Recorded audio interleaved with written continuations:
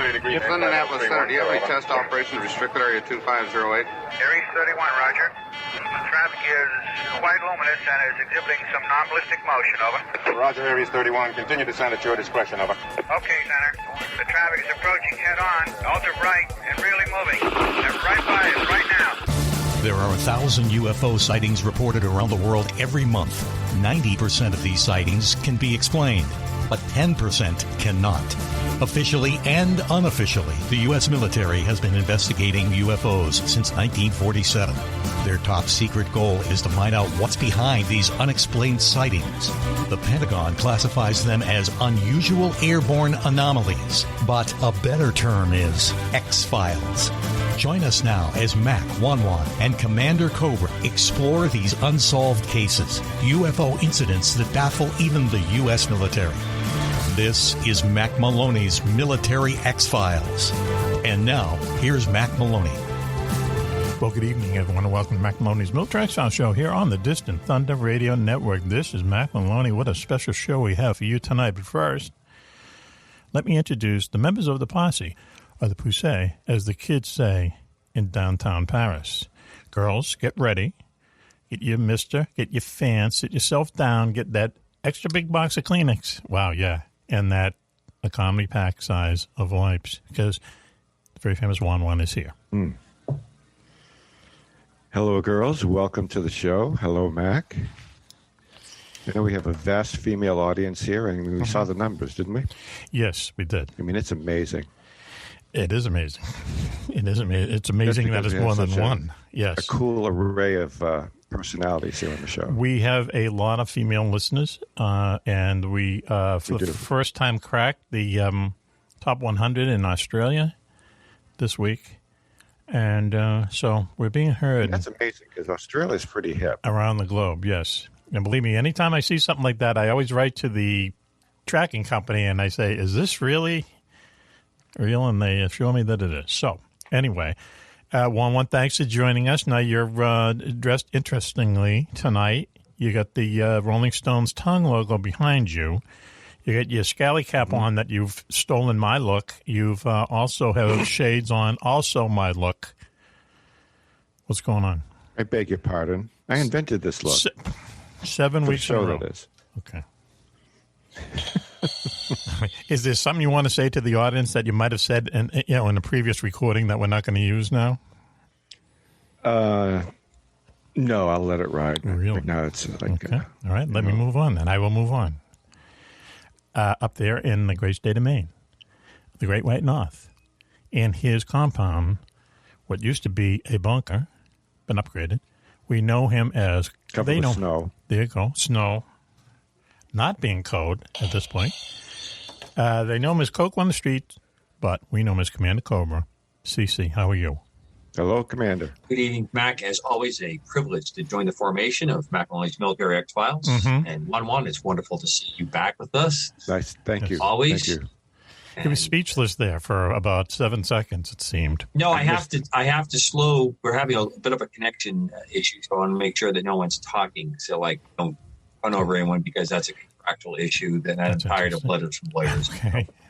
Okay. All right. We heard that. So listen. This is a special show, a special night, because we're calling it Coco-palooza, okay? A lot about Coco, girls, and ladies, so get ready. But before all that, before the fun starts, let me introduce our national correspondent up there in Battle Creek, Michigan, the Battle Creek of the Republic, Switchblade Steve Ward. Switchy. Great to be here tonight. Hello, Switchy. Hey, One. Now, let me ask you something. I like the new look you got there. Do you? Do you like the new look? About 10 years younger. He has a different... He Really? does have a... So, did you notice how fast he was? He was almost like the Flash. The Flash, wow, yeah. You were fast tonight on your intros. I thought that was subliminal, but no. Listen, but Switch, you really do look... You don't look like a professor so much anymore as a student. Maybe a student. You know, and the pulling on the chin, we have to be a TV show, because he looks very astute. You look like Gen Z, man. Whoever that is. Who? Generation Z. Oh, okay. Generation Z. We're at the Z now? So look, talking about Generation Z, Switch, this is the part of the show that most people like. This is the skew, as they say in the biz. Okay, and that is, what did Switch... What? The skew? skew. What, the skew for the hour. What did Switch have for breakfast? And now, I got a little hint somehow. A little bird sent me an email and said, hang on for this one. So, Switchy, please, what did you have for breakfast this morning? I had, of course, accompanied with hot black coffee. Yes, drink a I little. had 2 slices of rum pound cake. What? That sounds good. That was good. In the The morning? homemade or what? Yeah, Now- neighbor brought it over. It's Wow. Quick question: were you dipping the pound Nice. cake into rum at breakfast time, or was the rum part of the mixture of the cake when it was made? It was all self-contained. really? Okay. All right. Now, hang on. That's really not an answer to my question. Right. I think. He can't remember. So listen. Now let me ask this. So did you get a buzz? Did you get a little morning buzz there, Switchy? I have to ask. The audience wants to know. And I don't think so. I think everything, I maintained an even strain. Really? Yeah. Wow. But Yeah. those things are soaked through. Usually, any rum cake I've ever had is just soaked through with rum. With all the references to John Keel, I would have thought you would have said an even keel at that point. no. It seemed like it was asking for it. I'm Wow. not quite sure what happened. Well, I just, Commander Cobra, I don't want to be predictable all the time. I want to kind of, shoot from the hip. Okay. Change Wow. it up a little bit. Yep. Oh, I'll tell you. Good for you. Send me the recipe to that, will you? But if I thought of it, Send me the recipe. Wow. Okay. Interesting. All right. I got asked, what you have for lunch? Do you remember? a couple scrambled eggs and bacon. Well, isn't that There you breakfast? go. There you go. Then that sounds more like a breakfast. I have that often for lunch. Yeah, well, it you just really? kind of worked out that way, Do you really? Yeah. My biorhythms are off a little bit. Oh, really? Yeah. Okay. All right. Yep. I can see that, I guess. I don't know. Whatever you're drinking, it's good to hydrate. Okay, so why don't we do this? There you go. Okay, looks like vodka. Oh, gin. So this is Coco-palooza, and I've gathered a Hey, number. Mac, before you go, Yes. I just wanted to throw this in. I'm sorry, we have a little bit of a delay, so I'm trying to work this in, Okay. not be too obtrusive. That's what she You said. mentioned Australia. Yes. I have about 6 to 9 months in that country Okay. and continent. Yes. And 2 favorite cities, it's a tie between Melbourne and Hobart. So for listeners in those 2 places, but it's a fine separation because there isn't a place that I was in Australia that I did not enjoy or have a great time. Mm-hmm. Well, you're not the Wonderful first country, wonderful. Yeah, not the first person I've heard say that. And if you go there, supposedly, it's all very good-natured, drunk people, guys, and every woman is beautiful. Do we have that right?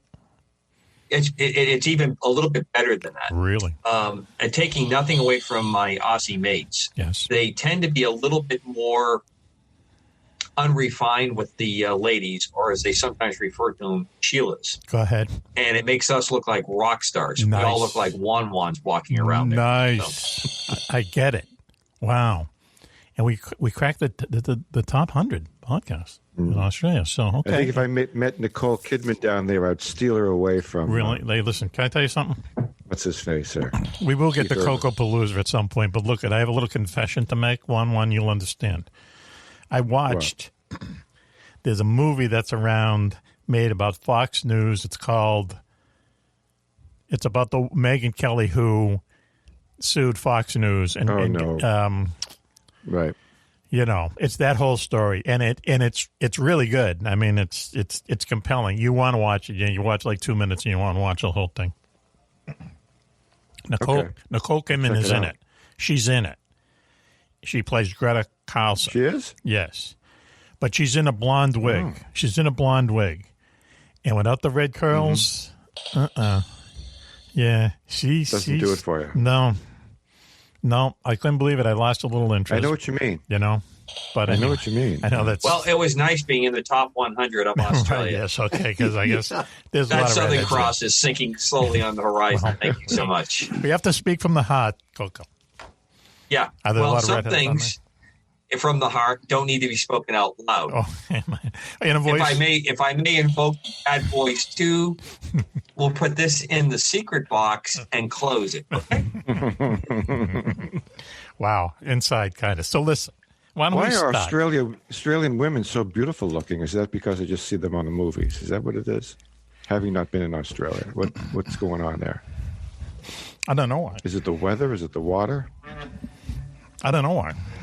But it's something you hear all the time, Yeah, and there's a kernel of truth in it. Anytime you see anything in Australia, there always seems to be attractive women. I met a lot of Australians when I was traveling through Europe. Really? Back in '73. Yeah. They're nuts. I mean, Australian guys. Once we played golf, we needed to pair up with two people, and we paired up with these two Australian guys. They're insane. Nicely, they're like almost like a refined Irish drunk in a way. Do you know what I mean? They're not too bloody polite like Englishmen. Right. There's a little bit of they're in between. And tough and It's like in between an Englishman and an Irishman. There's an Australian, But always we're in the top 150. That's what you said. Top 150. It was 100, but anyway. Yeah. Okay, let's go. And they're very generous, and they'll always party, no matter what the time, day, situation. No problem. No doubt about that. Want to go have a beer? Yeah, let's go. And they drink beer out of those big cans. Now we definitely have. Now we're not even on the top 200. Anybody who thinks Australians drink Fosters is crazy. One. They pack that stuff up and send it to us. Do they really? It's a kangaroo ad telling us how great it is. That stuff's awful. That's the biggest joke going. Is it really? Yeah, that's funny. 1 fell for it. I did. I thought it was wonderful. It was awful. Okay. Wow. It's like Genesee or something. Don't ever dump on Genesee, okay? I have that in my veins. I'm living up in upstate New York for 12 years. Was it 14? You do. Okay, can we Cream ales are a very select crowd. Jenny Cream Ale is one of the best. You have to drink a lot of it to appreciate the taste. But once you cross that river Styx, that's true about a lot of things. There's no way coming back. Can we get to the 20 questions? This is Coco-palooza, okay? The whole show, well, it was going to be dedicated to Coco Nest, but Juan, 30 seconds in, lodged a complaint. So we have to do this with that. No, it wasn't a complaint. It was a commentary from Juan. It was a meow. The fascination over Cobra, and I'm included in that group of people who are fascinated by Cobra every show that he's on, and he's sorely missed when he's not on the show. Wow. Okay. All right.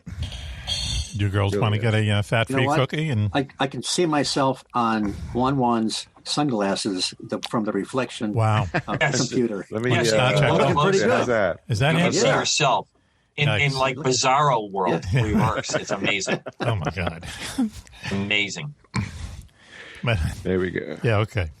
Might have been one too many breath of fresh air, but let's see. Okay, here we go. Number 20. All right, these are questions I've always, a lot of them is just stuff I've always wanted to ask you, and I figure, I'll write them all down.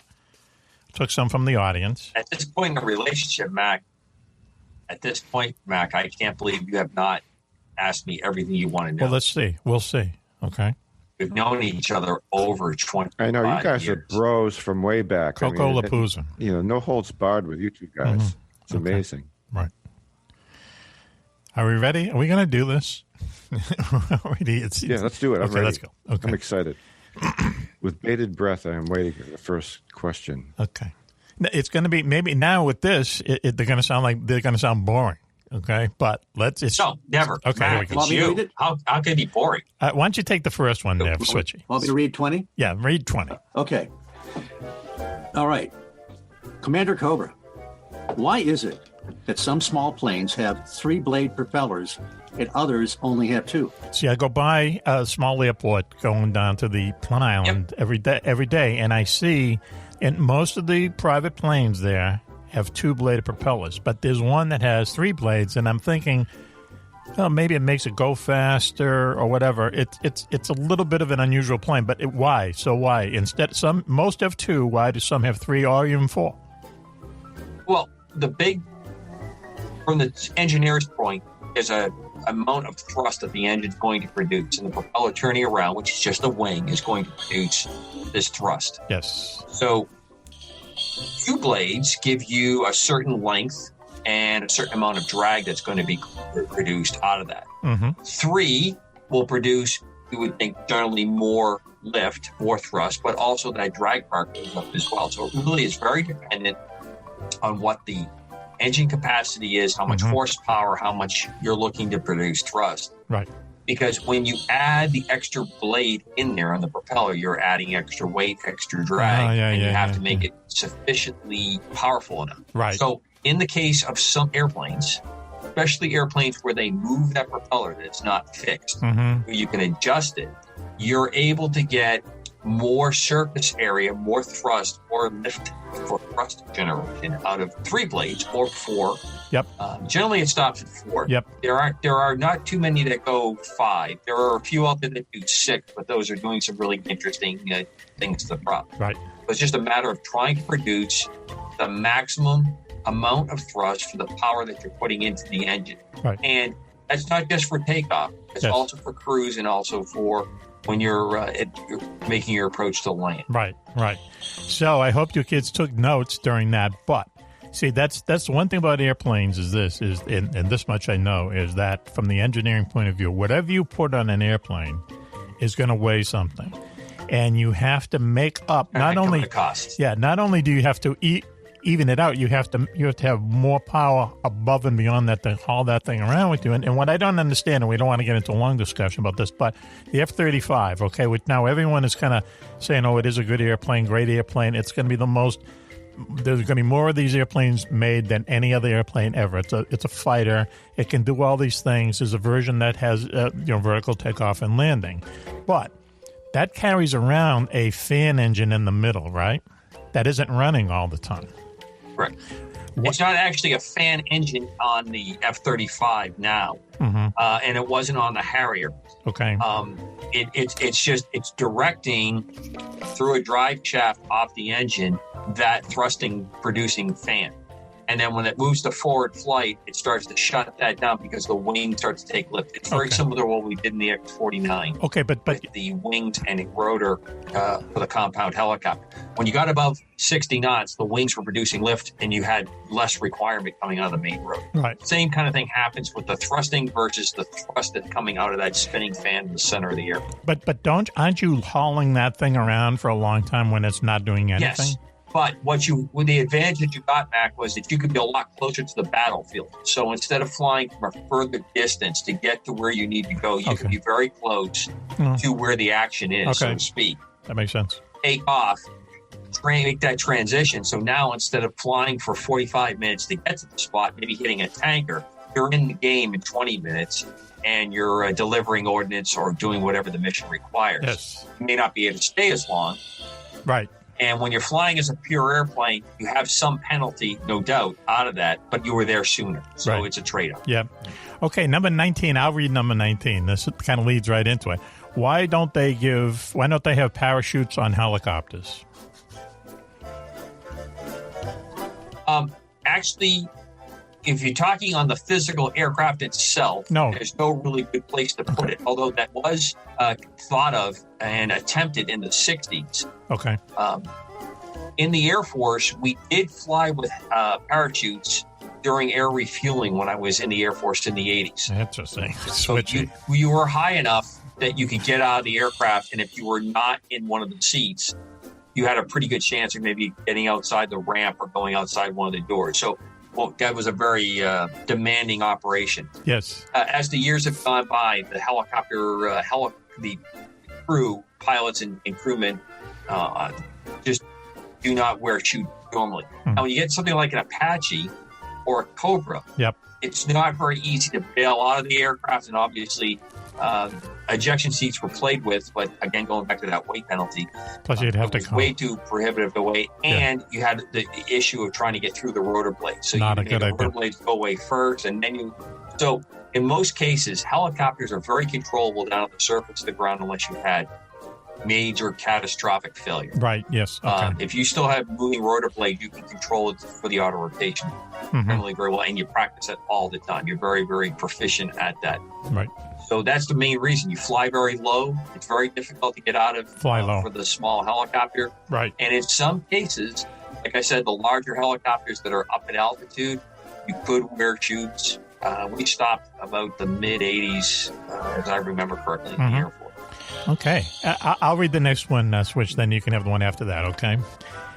So question 18. Right. Now, the U-2, the Lockheed U-2 was a spy plane that was put together late 50s, early 60s. And basically the reason it was put together was they wanted to fly over the Soviet Union to see what was happening with the Soviet Union. Are they doing, nuclear tests? How many bombers did they have? So it's basically we spied on the Soviet Union for a long time with these things. They flew so high that they didn't have a missile to shoot them down. Now, my question, until they shot down Gary Powers, that's another show. My question is this: Did the Russians ever have a version of the U-2? Did the Russians ever have an aircraft that overflew us and spied? Specific part, if you're asking here, Mac, about the U-2, I have to be very cautious how I answer this. The Soviets did attempt to produce an aircraft like it. Yes. And they did fly and do some research, but they were never able to quite perfect it. Yes. And part of the reason I think that is more than anything else is they never were required to develop a tanker capability because most of their operations in the Soviet Union, and the way they had their satellite countries, their ability to project aerial reconnaissance was greatly restricted by the fact that they did not produce an ability to get that to go forward. And no one has ever come close to what the SR-71 did. Right. The only thing that's probably close to it is the SR-72, which is rumored and not a lot of detail about. The Soviets, now Russians, they did produce some aircraft very similar to it, but nothing with the quite NSA capability. Okay. And quite honestly, I have to throw a little dig at the Air Force. They seem to really want to be able to get rid of the U-2, and the Global Hawk was going to replace it, and yet the Global Hawk could not do some of the things that the manned U-2 can do in terms of altitude, plus the deviations that can be made by a pilot that's flying it. Go on YouTube sometime, and there are a number of videos on them. Basically, they take like a GoPro camera up on a U-2 flight, and it's crazy, man. I mean, it's one long kind of climb, and by the time they kind of level out, you can see, it's like you're in outer space. You can see the curvature of the Earth. I mean, you can really see the curvature of the Earth. It's amazing. Juan, you want to say something? Well, what you just said about flying that high, I mean, what's the altitude that you have to reach in order to see the curvature of the Earth? 90,000 feet, maybe? Well, I think anything above 65 or so, you start to see that curvature. But I'm going to give you the best description I ever heard from a U-2 pilot describe what it was like to fly. He says, when you're standing on the ground and you look up in the sky and you see an airliner at 35,000 feet. Yes. That's what I see when I look over the side of the rail of the U-2 when I look down. I see that same airliner 35,000 feet below me. Wow. Okay. So 70,000 feet or so, right? Yeah, that's... Yeah, it's a whole different. It's a whole different way of flying up there too. It's very strange, You're what a perspective. So anyway, So next question, please. 20 questions for Coco in the Coco-palooza show. Go ahead, Switchy. Please explain the phrase, if it looks good, it flies good. There is a certain visceral, romantic angle to all pilots that when they look at something that looks like it should go fast or fly well, you believe that. In general, that tends to work out. And when it doesn't, it works out not in absolute great magnitude. There are some airplanes that look like they should fly or look like they were really classically well designed, and they were a disaster as soon as they got in the air. And not to pick on our Russian Soviet friends, but they tended to build some very, very pretty aircraft that were not very well controlled or not very well designed airplanes. Very difficult to fly. Right. There are, but when you look at like the classic airplanes, like in my mind, the P-51 Mustang, the F-86 Super Sabre, the F-16, the F-15, the F-22. I mean, there's the P-38 Lightning is another one. There's something and the Spitfire. You look at it, and it's like it just looks like it can go fast or something. You know what I mean? Or it looks like it's already going fast or something. There's a streamlined design or something to them. Yeah. Yeah. So anyway, I've heard pilots say that. So anyway, next one, please switch. I just need to throw it in there for the community. The A-10 doesn't look very pretty. Mm-hmm. It's considered a fairly ugly airplane, and it's probably one of the greatest airplanes we ever produced in this country for what it can do. Sadly, the production line ended way too early for that. They could still be making them today, I think. Yeah, those are good planes. Yeah, a great airplane. They're not sexy. Double ugly. Sometimes the line that they use for the F4 is another airplane that did an incredible job. It was probably one of the best fighter bomber aircraft ever built that could do both roles pretty well. Right. So sometimes looks don't count for everything. The one you left off there that I always thought looked like was a jet, and I got to fly it, and I absolutely loved it, was the A4 Skyhawk. Oh yeah. Good looking little airplane. Yep. Scooter, and it was designed by Hyman. That's what John McCain flew during his Vietnam days. Anyway, okay, so now next question, please. Switch it. Okay. Battleships replaced huge wooden warships. Aircraft carriers replaced battleships. What will replace aircraft carriers in the future? I think the aircraft carriers are around probably for another at least decade, maybe two. Wow. I think what's going to change is very much what has happened in Mack Maloney books, where you're going to have on sale everywhere.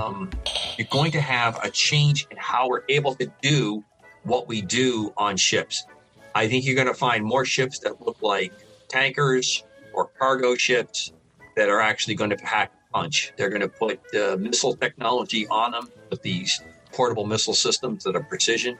You have things like the the F-35 that has a vertical takeoff capability that will allow them to launch, and they'll look like merchant traffic that's out there. Yeah, wow. That are going to be able to do and produce. So I think that the aircraft carrier still as a centerpiece for the projection, for the power projection that it can do, is around for a while. But I think you're going to see more carriers, and that are going to be smaller. Okay. And I wouldn't be surprised if the fruition of submarines that have that kind of capability enhanced to what it does now comes along, and is going to be a very important part of it. Right. To me, the ultimate way to answer this is either things in orbit that are able to engage on the surface of the Earth. Yes. I think that's where you'll see an interesting, maybe the Space Command or Space Force will be able to capitalize that. The Air Force can't see that because they're not used to putting things onto ships. They're used to putting things on bases. Right, yeah, sure. I always thought the Space Force should have more of a naval kind of understanding, because the Navy's used to putting a large vessel together and then applying all kinds of military technology to it. Yes. We should do a whole show on the Space Force, but it's much too early for that. So one more, and then we're going to take a break. I'll ask this one, okay? Number 15. True or false? People in the Coast Guard think sailors are chumps. There's a question in there? Yes. Sailors are chumps? True or false? Do Coast Guard people think that U.S. Navy sailors are chumps? No, I don't think so. I never heard that. I think that what we in the Coast Guard like to tell people, and as you know, I spent a lot of time with the Navy, and I love my time with the Navy. Go ahead. We're the hard nucleus by which the Navy formed around in time of crisis. Yes. The Coast Guard is the center part of the atom, and the Navy brings the rest of it to the shell. All fairness, the Navy and what it does and how it does its mission is nothing less than stellar. When you consider that what we take for granted when you're at a base has to be reproduced on a ship. Go ahead. And it has to be reproduced by a very limited number of people. Right. And quite honestly, when you leave the shore and you head off underway, which is very different than any other service, you are pretty much on your own and at war. Yeah. Yep. That's why the Navy's cooling away. Good observation. This is kind of a joke, but that's why the Navy's cooling away, because they come up with gadgets. Because you have to, like when you're on a ship, everything has to be either folded away or some way you can fold it away. Space is such a premium, especially like on a sub and stuff. And like on aircraft carriers, lots of naval airplanes, their wings can fold up. That's another thing, you don't see in regular jet fighters or whatever. Fold up. That's a big part of the compromise you have to make for an airplane getting on an aircraft carrier. Right, yeah. It has to be able to fit compactly with 70 to 80 other airplanes. And it also has to have an undercarriage. On board ship, and Switch probably can attest to it, that you don't have as many bunks as you have men deployed on the ship. Yes. Because guys that are on duty, they don't need a bunk at that moment. Well, you're sleeping in their bunk. You sleep in that other guy's bunk. That I could not do. I don't care. I'd mutiny. That's called hot racking. Yeah, no. Yep. No, not for me. Two racks shared between 3 people. So that's sick, man. That's sick. But listen, in the it disturbs your sleep when the guy has to. You're not going to have an empty rack with a guy that's on duty. Come on. Hey, he might get sick. You don't know. Look, he might get he might get confused. He thinks he's not supposed to be on duty. But anyway, look, Switch put a lot of time and effort into the images in back of him. Now, we're a radio show, but so let me try to narrate this. There's the kind of life preserver that the Coast Guard guys got. It has a little ducky on it. Okay, looks like Mickey Mouse also on a Coast Guard ship. Okay, there you go, Coast Guard. Can I just quickly add why we're down memory lane here? Falling asleep. Go ahead. More rubber duckies. Popeye was a Coast Guardsman. Was he? I have to say. He was? Was he? He don't. He's Who was? No. Popeye. Popeye was a Coast Guardsman. I don't think. That? Yeah, you're going to have to prove that. The song goes Popeye the Sailor. There you go. Yeah, and he was a Coast Guardsman. Yeah, do you want to place some money on this, gentlemen? Because I love taking money from No, Navy, wait a minute. Hold on a second. Hold on. Navy squids. I love taking money from squids. I'm not saying it was the bubblehead. True, but I'm shocked to hear that. Spoken like a true Navy guy. Listen, talk to me. I've never been in the Navy. So you're saying that sometime Popeye was a Coast Guardsman. See, it's a semantic thing. Are you saying he was in the Coast Guard? He was a Coast Guardsman. Yeah, he was not a Navy sailor. He was in the U.S. Coast Guard. Guardsman, sailor. I should bet him $20. Well, I don't believe it. You always seem to be on land with hanging out with olive oil all the time. Yeah, so it's like think of that. It's like me being in Newport, Rhode Island. I was a sailor, but I you knew. wouldn't know it. That was 5 seconds, by the way. 5 seconds. He went from Popeye to him. And olive oil. Actually, it was less than that by my clock. Was it really? You're on a delay, so I might have seen less than that. So anyway, a lot of olive oils down in Newport there, JJ?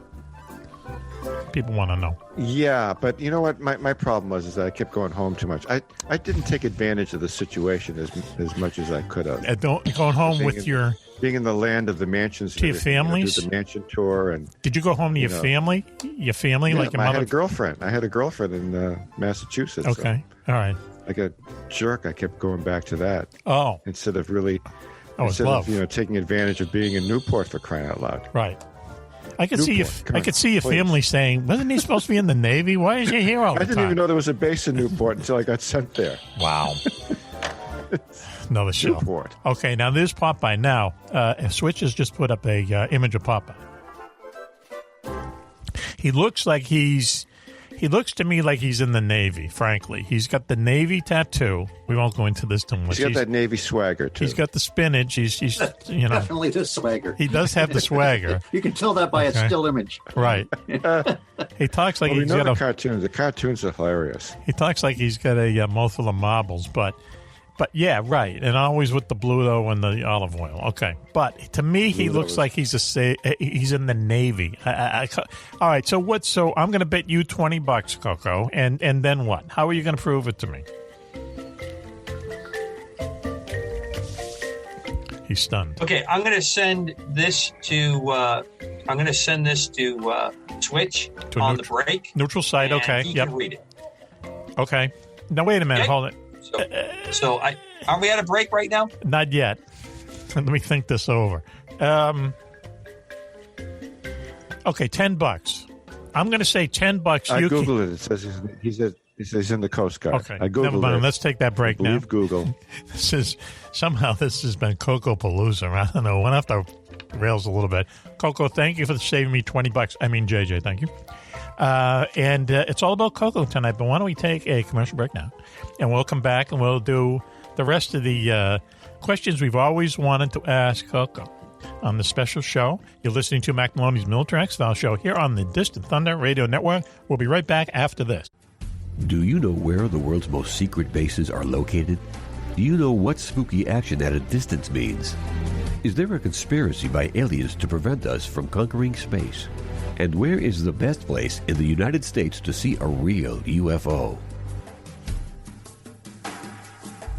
Find the answers to all these questions and more in Mack Maloney's new book, Mack Maloney's Haunted Universe. Visit places you never knew existed. The Phantom Tunnels of Tokyo, the UFO Trail in South America, Hong's Hat, and the very mysterious M Triangle. Mack Maloney's Haunted Universe contains hundreds of reports on ghosts, haunted planes and ships, weird celebrity deaths, mysterious sounds, and a breakdown of every monster in America, state by state. You've heard him talk about it on the radio. Now, get all of Mack's paranormal research in one large volume.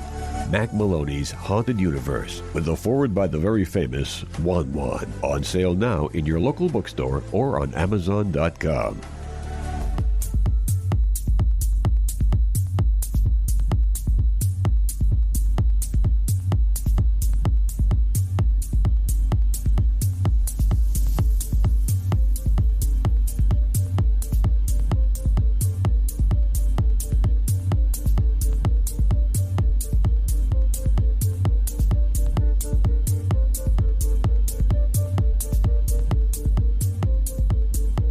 Welcome back, everyone, to Mack Maloney's Military X-File show here on the Distant Thunder Radio Network. This is Mack and Ronnie. Wow, what a show we have for you tonight.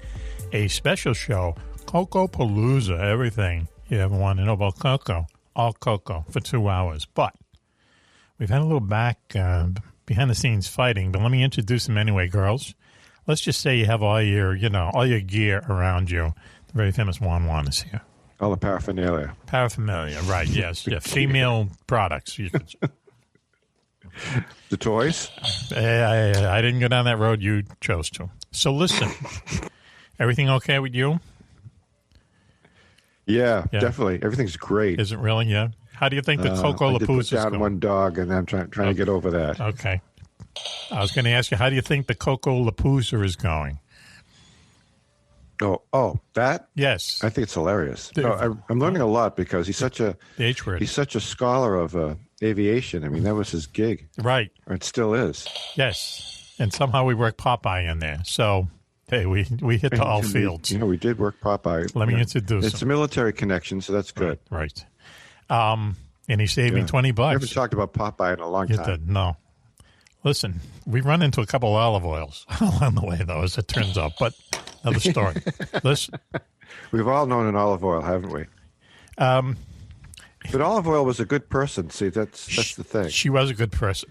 Okay. She was nice to him, and yep, yeah. When you say nice, Popeye was nice to her. Yeah. He must have liked her because, he was always pursuing her. They were inseparable, right? Well, until Brutus. Yeah, right. He couldn't get anybody else. I don't think. He couldn't get anyone else. I see. Right. He couldn't. She couldn't. Olive oil was trying to play hard to get all the time. Oh boy, good for her. So listen. Speaking of olive oil, Popeye, up there in the Great White North, the star of the show tonight, Coco, Commander Cobra. We're going to have to clap, and I'll sweeten it up. Okay, please, guys? Clap for him. Good evening, Mack. Thank you. As always, a real privilege to be part of the formation of Mack Maloney's Military. Okay. And we thank you for it. Yes. We're indebted to you. For all you've done, week, right. So. In the service and out. Thank you. This is your night. Thank you for your service, as always. But let me introduce Ringo here, okay? Up there in Battle Creek, Michigan, on drums, national correspondent, Switchblade Steve Ward, Switchy. Ringo. Yeah, I knew that was going to land well. That's going to leave a mark. In the Why? Mind. No doubt about it. Sorry about that switch. If someone called me Ringo, I'd take it as a compliment. frankly. Yeah, with all the great to be all the here. things you've said about drummers over the years on Mack Maloney's Military X-Files, it's a real compliment. Those are just jokes. No, Ringo is, and JJ will back me up on this. Ringo is Charlie Watts. Ringo is like in the top 5 rock drummers, right? Yep. I can name them. I mean, it's Ringo, it's Charlie Watts, it's Alan White, the guy Bill from Bruford. Toto, yeah, Bill Bruford, the top 10, top 10. Yeah. There's a number of them who are just. So all those remarks about what do you call a guy that's really fun and hangs out with a band, drummer? No, that doesn't apply here. Why do you have to bring? Why are you bringing that up? Why do you have to didn't suck the mention energy Maynard out G. of it? Krebs. Maynard G. Krebs, another phenomenal drummer. Yeah, right. He was a drummer. Yeah, bongo drums. Bongo player. Oh, bongos. Okay, yeah, okay. Percussionist, as they say in the biz. So listen, all right. So we're in the middle of. Oh, Switchy had two big pieces of rum cake today for breakfast, and he is still saying that he didn't get a little bit of a buzz, as the kids say. You sticking with that, Switchy? Yeah, I was in control the whole morning. Okay. I mean, did you still have the beard when you had the rum cake? Yes, I did. Oh, you did?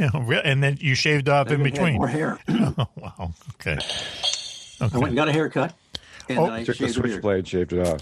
Oh, he went to get a haircut. Interesting. Yeah. Did you go to like Supercuts or something without going into too much detail? No, I went to a good old-fashioned barber in town. Really? Yeah? Okay. Good for you. All right. Keep them in business. Yeah, I went to a Supercuts once, and maybe people don't know what Supercuts are. They're basically a quick haircut, right? Wani, would you say? Ever go to one? Yeah, but they're a stylist emporium, but they're sort of a chain stylist emporium. Right. I had a I shouldn't say I had a haircut there once, and the girl straddled me like you might get like in a strip club. Do you know what I mean? Yep. Yeah. I get it. Yeah. Right on the leg. Yeah. I said, "Wow." So what hairs were you getting cut, Matt? Yeah, I know. Thank you. Wow. I got to drive 40 miles So to smack you. Oh, I'm sorry. Go ahead, Switch. Did you move? Excuse me? I think I might have known. They tell you not. They tell you not to move. Did you move and get like half your side of your head? I couldn't afford that, frankly. So yeah, no, I was believe it. I stayed in place. I know. It's been a long time since I've been in a barber shop with a pole in it, but I'm going to have to start looking into that. It had red stripes on it. He was strapped in on this one. Yeah, it was like wow. I know the place. It's in a town near where he lives. And he used to work on their computers. Okay. Particular. I don't think it's whose computers have you not worked on? Everywhere. New England region. Don't you sign something to? At what time or another, I worked. Dan Brown, Mack Maloney. I know Dan Brown. Don't get into Mack that. Maloney. It's unbelievable. Don't get into that. Don't get into that because there's a little backstory that came up today on that. Juan's good friend. That's right. Right. So anyway, why don't we get I'll have to send that to Cope. This is Coco's night. So why don't we get back to the questions, okay? And I think we're on. Are we on 14? Switching. 14. Okay. Yep. Let me ask this one. Okay. Okay. Okay. If you're in an airliner and something went wrong, okay. Let's say it ran out of fuel. I know that wouldn't happen, but how far would it be able to glide? Now this is depends on the altitude, Mac. Oh, let's say where they fly at, like 35,000 feet. Yeah, you could.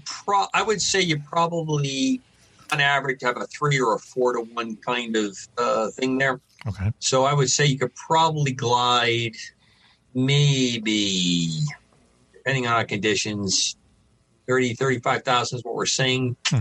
You could probably glide 10 to 20 miles. Oh yeah, huh? Okay. Well, I thought it'd be a little longer than that, but no. I mean, are you in control at all? Oh, yeah. You're in control. It depends on how bad the condition is. If you ran out of fuel, right, and that has happened, yep, you generally you're running on battery power at that point, and you don't have complete full authority with all the different flight stuff, flight control, airfoil type devices. Right. If you still had fuel that you could run what we call the auxiliary power unit, the APU, you might be much like in your books when we talk about the rat being deployed or something like that. Yep. You might have the ability to still keep hydraulic fluids and things like that running. Good to know. So that you can still maintain certain amount of control. But Right. in general, pretty grievous situation. Yeah, I'll say, yeah. The plane is lighter. If the plane is lighter, you can go further, obviously. If you have a tailwind, it's going to physically move you over the surface quicker or greater distance. Yeah. So there's a lot of considerations there, but Hope it never not happens. a very good thing to happen. That's the reason why we have multiple engines on airliners. Oh, right, yeah. What are the chances, right? So, let's see. Question number 13, please, Switchy. Question number 13 is, what is the worst jet fighter built in the last 50 years? What's the worst design? Worst jet fighter built. Yep. Boy, do you have any particular part of the world you want to put it in? Or are you saying from the U.S. perspective? Anyone. Madagascar. Yeah, their Air Force is I would great. probably say, although I actually like the airplane quite a bit, the F-7 Cutlass was an airplane that it was dubbed the ensign killer in the United States Navy. Yep. Swept wing, very advanced design. Big it cockpit. had a lot of mostly a kind of a flying wing kind of concept, the way the engines were mounted on it with the rudders on the end of the wings. Twin tails. Very interesting airplane. Big canopy. But it just did not have the kind of computer fidelity to carry the day, and it was underpowered. And that was the big problem when the transition between propeller-driven airplanes and jet airplanes in that era. There was a lot of airplanes that were not very effective because they just couldn't put the thrust out. They didn't have it's funny to do that, and then you didn't have the fidelity to do some of the things you do now.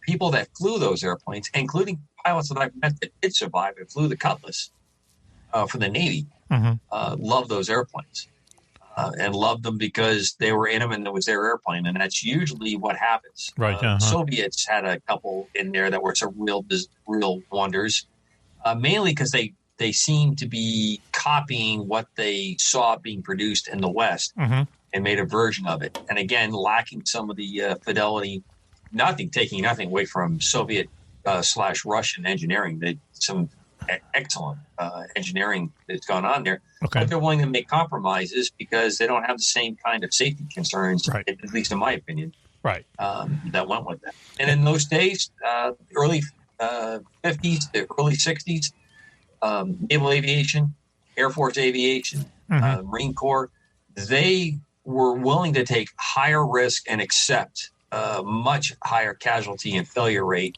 Interesting. Going to sea on operations because they felt that they were in a do or die situation in the Cold War, especially in those early years. Right, sure. Most of the fighter bombers that were based all through Europe, that was a one-way ticket into the Soviet Union. And you were hoping that you were going to walk out after you dropped off your tactical nukes. So, we mentioned the B-57. B-57 earlier. That's what those guys were doing. They were I knew one pilot that flew the B-57, and he absolutely loved the airplane. Yeah. He said it was incredible. And he said he never understood why they didn't turn it into an interceptor because he thought that it had incredible capabilities that it could have done like that. But I think it was just an airplane that it filled a gap, and they didn't mind filling a gap for 5 to 6 years. So, and the next thing came out. There was a really good story about this guy, probably in like Air Force magazine or something, and he was a B-57 pilot in Japan, and one night he was on call, whatever, and the big red light goes off, and they have to get into their alert, and they have to get into their planes, and they're nuked up, and they say start your engines, get ready to go. So he spent like the entire night out there, engine going, you got to go in a second's time. And, he goes through everything that went through his mind because he's thinking it wouldn't be this long unless it's a nuclear, war, because they used to do drills, but they were over. You do it. And, okay. Now he's on for like 12 hours. And finally they called it down. They reduced it and they went off alert. And it turned out to be the day that Kennedy was shot. And he didn't know it. None of them knew it. But that's what they did. The entire our military forces around the world went on alert. Because no one knew what had happened. It happens a lot. It is a very interesting reason behind that. As we observe them, they observe us, kind of situation going on there. So if you know that the crews are no longer 15 minutes away from launching because they're no longer inside the alert facility, they've moved to the hangars, and they're actually in the hangars. That means it's probably about 5 minutes to take off. Yeah, okay. So that difference of 10 minutes now has cut that down, and they'll do that as a visual signal to the world and those that are observing that they're no longer 15 minutes to launch. Now they're down to 5 minutes or less to launch. That was not an uncommon thing to do. It's like opening the silo covers on the missiles. Yes, sure. When they would open those covers up and nothing else is happening, you're saying that we've, as was said in Red Storm Rising, we've unzipped our fly. I was just going to say, our zippers are open. Well, once again, another show, but let's go on. But we should do a show, and what it is that no matter what, I mean, I know the Cold War, there's a lot of stuff behind it. There's a lot of kind of philosophical stuff behind it and everything, but there was no way that Russia was going to beat us in a World War III. We had Russia surrounded for like 3 decades. We were flying stuff over Russia. They weren't flying it over us. They used to try to get what they could get through espionage and stuff like that. But, everyone had to be on the same page, and, the Cuban Missile Crisis certainly, didn't help. But it would have been mutually assured destruction, but had it been any kind of a conventional war, I think we would have won. How about that, Coco-palooza? I think you're correct in that estimation. We have an open society, so that's what makes spying and espionage a possibility. They had a closed society to a great extent. Interesting. Yep. On that side, which really required the overflight, and we did not have the human intelligence level engagement as they had the ability here. Sort of like using your own rules against us kind of thing that went on there. Yep. I don't think, though, we would have there's no doubt in my mind up until probably the early 60s that we had the capability to bring the war to the Soviet Union and be on top of it. I think there was probably now in the 60s going into the 70s that the mutually assured destruction thing actually rang pretty true. No one was going to win on this kind of a fight. Yep. And to this day, no one's going to win this fight. That's why we spend so much time talking about it. If there's an accident or if there is a rogue nation or what they sometimes refer to as a red flag event, that you still are able to communicate with the other country to find out that what's what? He didn't do this on purpose, or it was an accident, or we're not the players, to keep it from going into this escalation, because you're not going to win on this one very well. Right. Right. Yeah. No matter how you do it. But I think you're correct, Mac. And I think the other part is this is why so much time is spent in the proxy wars of like Vietnam, activities that occurred in Africa, Angola, and the kind of spy versus spy activities that went on for so long in places like Asia and Europe. Yeah. Oh, yeah. Yeah. Amazing. We should do Phil, good friend Phil Orbanes is coming on fairly soon. We have, he always has these really kind of cool spy stories. So much of it was going on in the 50s. There was a spy ring in the 50s run by a guy named Rudolph Abel out of a photography studio in Brooklyn. 800 people in this guy's network, and they're the ones who got nuclear secrets from Alamogordo and so on and so forth. They finally arrested him, and he's the guy that they exchanged for Francis Gary Powers. Powers on the bridge. U2 guy, yeah. Bridges, whatever that movie was, directed by Spielberg. I'm not a big fan of his. Tom Hanks is in it. What was it? Was it The Bridge or something? Bridge of Spies. Bridge of Spies is a great movie. Excellent. It's a really, really good movie. And you think, what? They exchanged, but everything that led up to it and how he dealt with the Russians was excellent. The East Germans was really well done. That's kind of like a sleeper of Spielberg. He didn't slop it up. He didn't glop it up with, syrupy crap. It was just a really good story. And Tom Hanks was good in it. But anyway, all right, let's go to the next question. Switchy, please. What is the best jet fighter pilot in the last 50 years? Last question was, what was the worst? What was the best? Oh, the best jet fighter or plane? Jet fighter. Jet fighter. Jet fighter. I'm going to say that it depends.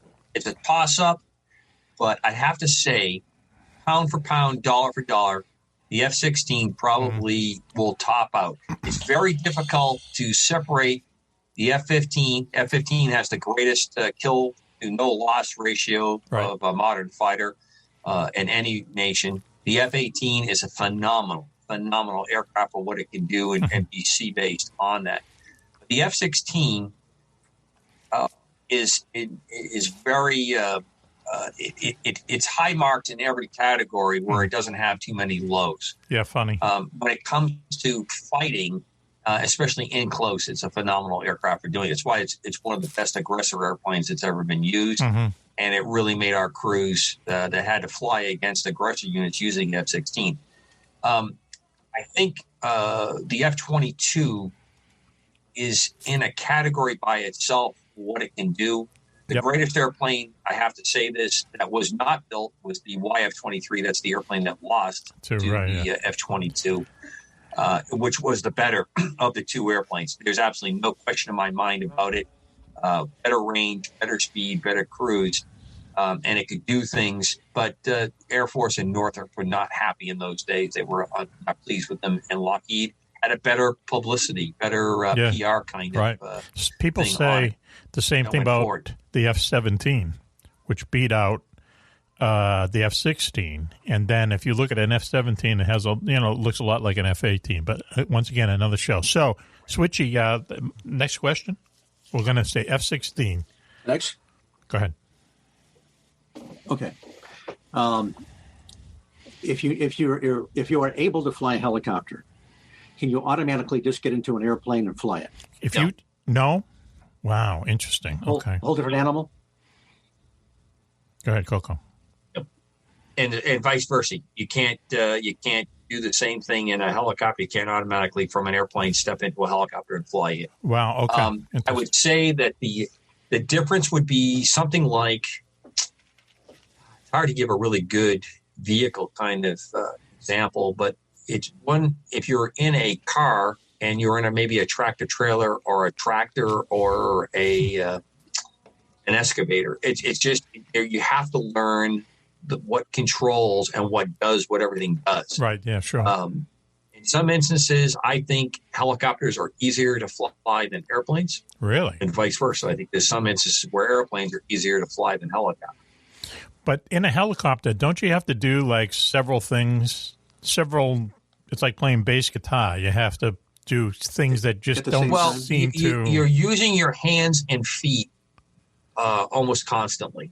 Although with the modern flight assists, the different kinds of autopilots and augmentations that are there, right? You can fly. You can make like if I have you in cruising flight in a helicopter or cruising flight in an airplane. Once I show you what we're doing, you'll be pretty comfortable. It's when you have to do the back to earth or the takeoff or the landing that important part where it starts to get pretty tricky. And of course, if you're going to do something like hover, they used to bring Harrier pilots into helicopters to kind of give them a sense of what it was like to hover before they put them in the jets as a way to make that. Yeah, I talked to Harrier pilots that never had any of that kind of training, and they did just as well without it. That's funny. So, no, one skill does not beget the other easily, and there's many schools of thought if you need to fly airplanes before you fly helicopters, or vice versa. Yes. I've just been one of those very, very fortunate SOBs that has flown both and loved every moment of all of them, except for the times I was scared completely, crazy. You got another show. Hey, listen. You were scared about something? Wait. Oh, my God. There's been plenty of times where I'm scared. If you gave me a lump of coal and it was between me and the seat, I would have given you a diamond at the end of some of the flights. What? Well, look, why don't you lay down and take a tissue here and tell us about it? It'll come later. There's plenty of times where I got close on fuel, where the weather was bad. Wow. Where I pressed longer than I should have. This is like Superman telling us. Sometimes it wasn't for the. Sometimes it wasn't for noble reasons. Sometimes it was get there-itis, which has killed many pilots. Okay, go ahead. Where instead of landing when I could have, I went longer, and then things didn't work out the way I expected. The fuel was getting lower and lower, and now it's starting to really get into the area of criticality. Yes. There were times that I hung out longer when I thought the guys on the ground, guys and gals on the ground, needed to be overhead. Oh, wow. And I probably pressed it longer than I should have. Huh. So, but I thought that was worth doing. You know what, Wow. He is the sensitive one. He is. Yeah. Okay. He looked for those major highways that they could possibly land in that didn't have any highway traffic. System across the country. Helicopters New Jersey Turnpike at 2:00 in the morning or something. Okay. Okay. Well, thank you, Coco. So, listen, we're in the middle of Coco-palooza.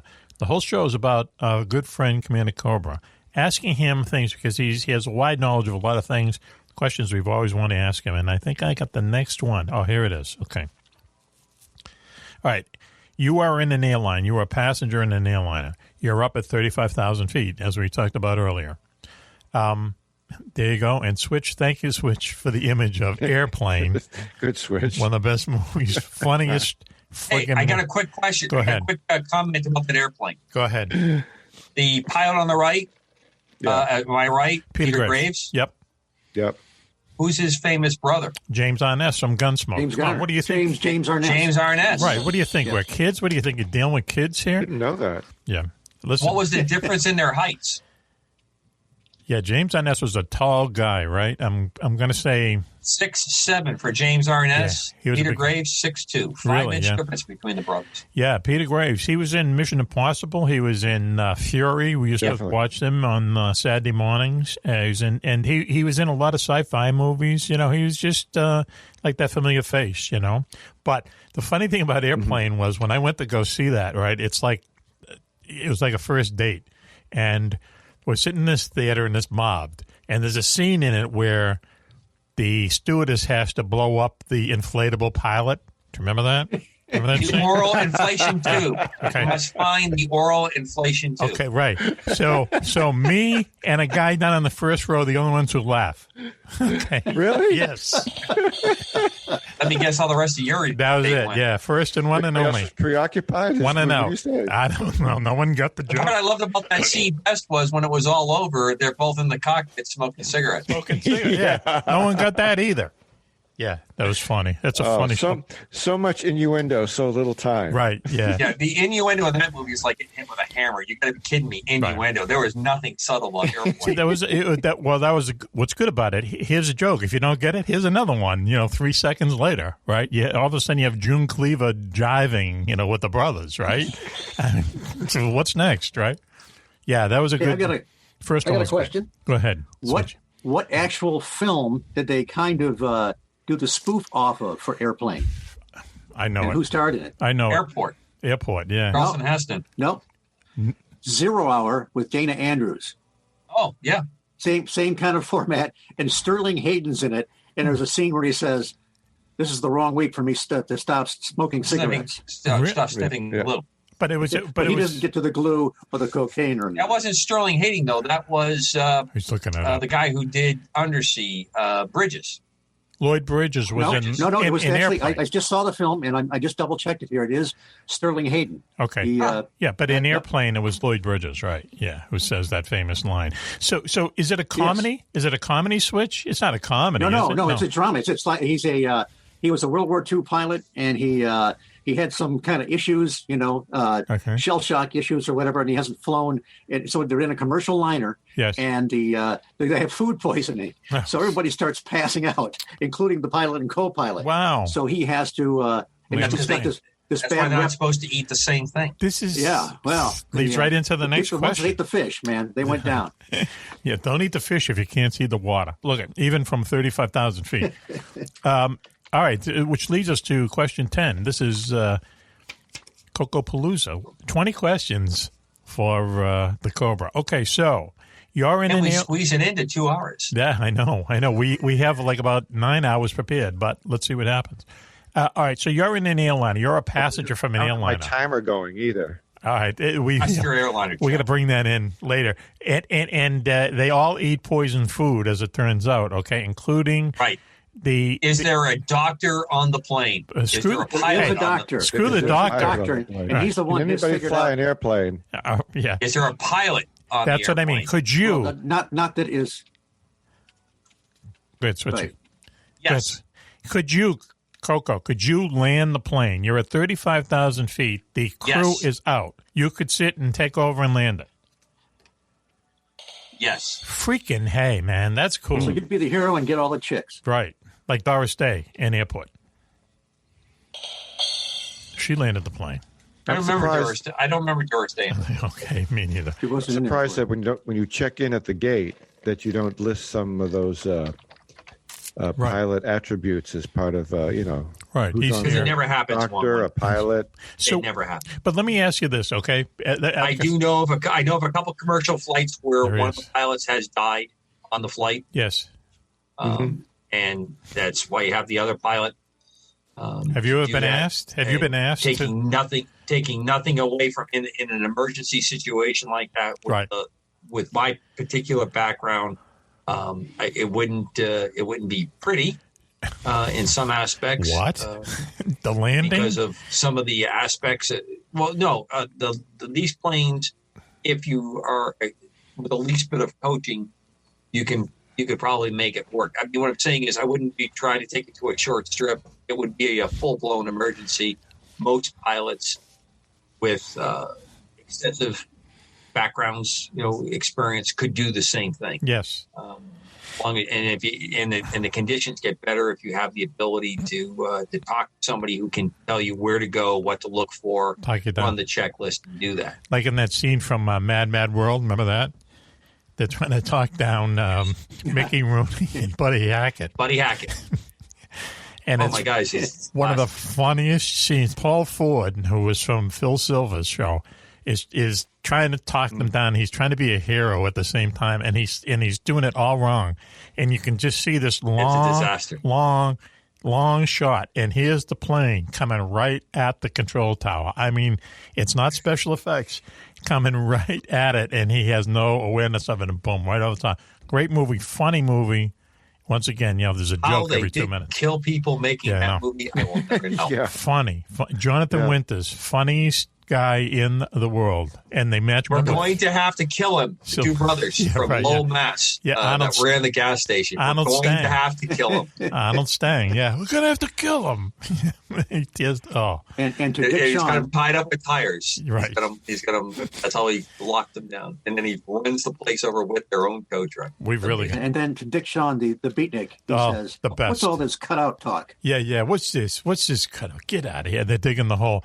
But Are you British? Is that a British accent? Get out.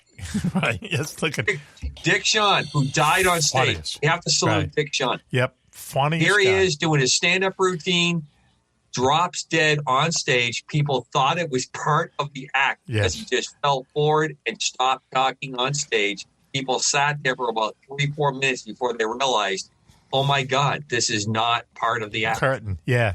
Dick Shawn. He in this movie. Springtime for Hitler, baby. Yeah, Springtime for Hitler. You got to see it. He is such a nut, and in Mad World too. He's just a nut, and you say this guy's acting. You cry. Can you imagine You're that? crying with this guy. Yeah. Ethel Merman is his mother. Yeah, And he's yeah, always yeah. He's worried about his mom. Right. Yeah. I'm coming to get you, Mama. That is so funny. That is just you That's why mamas have boys, because boys are going to come and get their mama when they're in trouble. you couldn't Come and get your mama. But it took a while for her to drag him away from the bikini. Remember the chick? All she's doing is dancing to some jazz. She's in a bikini. She's expressionless. Yeah. Got a cigarette going. And he's like, yeah, oh yeah. It's just a Yeah, funny, baby. Oh, baby. Yeah, baby. yeah, funny movie. Just a funny Crazy movie. Yeah. It's a crazy, crazy movie. But Sid anyway. Caesar. Sid Caesar's in Sid it. Caesar's in the plane, and the cars are out distancing in the plane. biplane. Yes, right. Edie Adams is his wife. Man, she's beautiful. And Just one more explosion. Yeah. All we need to do is one more tiny explosion. right. Right. And they wind up in a Chinese laundry. And all the cameos. Yeah, sure. Think about all the cameos in Stooges. it. Jack Benny, for like 3 seconds. Yeah. Oh, yeah. Stooges are in it for about 3 seconds. Mac, you are our resident expert. You're the pro on the staff here. No. Do you see any possible way that movie could be made today? No way. You know why? No, there aren't enough funny people. There's not enough funny around people. That could. I think you're right. One. I could see them making it, but it would be terrible.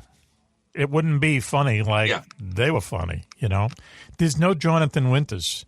There's no Buddy Hackett. Guys there's no Phil Silvers. Who are alleged comedians would not be funny enough to, in a natural way, to do this movie. No. I can think of a few people I think could carry the roles out, but they're long gone. Very few.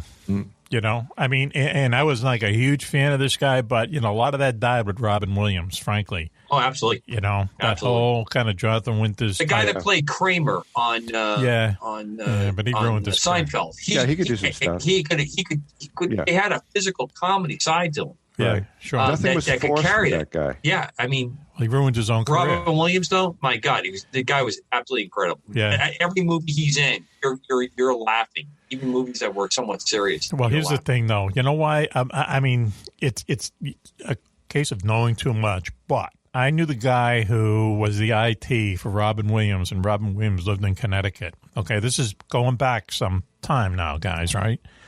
80s, go 80s, the Reagan years, and I knew this guy pretty well. And he said Robin Williams was the most miserable guy in the world. Not just, not just what was me, but, he was just, do this, do that, hey, this, demanding and so on. He was just like so wrapped up in his career, I guess. I don't know. They say comedians are always like really, sorry people and, they're not laughing all the time and so on. So I have to take it with a grain of salt. But he was great. He was like Jonathan Winters, too. That's where he got his act from. And he was funny. He was funny, and he went the bad way. Robin Williams was kind of an uptight guy? He was very uptight, uptight. Oh. Had a lot of money, and then as it turned out, while my friend was doing this, and he'd see him maybe once every 2 months or so, right? He'd call him up and say, come out and fix this. Similar to what you're going to do tomorrow, as it turns out, I guess. Right? So, who knows what I'm going to be fixing tomorrow? Hey, take it off there. Yeah, so he just wasn't he wasn't this happy-go-lucky guy enjoying stuff, Really? Yeah. So Terrible. anyway, that whole to answer your question, no. They anything they remake these days, it's not as good, and they bring these people, like all these movie stars in, and they're terrible. Midway is a perfect example. That movie Pearl Harbor, perfect example. These guys, they're flying airplanes and stuff, and they look like male models of the 90s, They just don't get it right, except Kate Beckinsale. She was perfect. Kate Beckinsale made that movie. Yeah, you ain't kidding. The Japanese... The 3-hour sneak attack on a love triangle. They can bomb again. For doing the business. Bomb us again. We don't care. Okay, next question. That movie put Kate Beckinsale on the map, and everybody was able to pronounce her last name, too. Yeah, right. You ain't kidding. Oh, my God. Yeah. Kate Beckinsale. It's more than My heart beckons for you. It's more than 2 syllables. Okay, so listen, let's see. I think we're at question. What's hot? Still is. Number 8. One needs water. Number 9. I have number 9. And what it is that's right. It's number 9. Yeah. Go ahead, switch it. Close to number 10. You go ahead. Switch. Okay. Commander Cobra. Have you ever gone supersonic? Yes. We are talking about it in a jet or a plane. Okay. Yes. Okay. And describe what it was like. What were the circumstances? It was flying in the Air Force. It was part of training, and it was a great experience to say that I did it. But I have to tell you that it was a bit of a letdown because it was just so easy. It happened, and it was a kind of a cool thing. I much would prefer to talk about different aerobatic maneuvers or formation flights that I did that were much more engaging. than supersonic flight, but it was a very cool thing to have in the logbook. I did it a couple times. In fact. I have another quick question. Have you ever been on the Vomit Comet? No. Okay.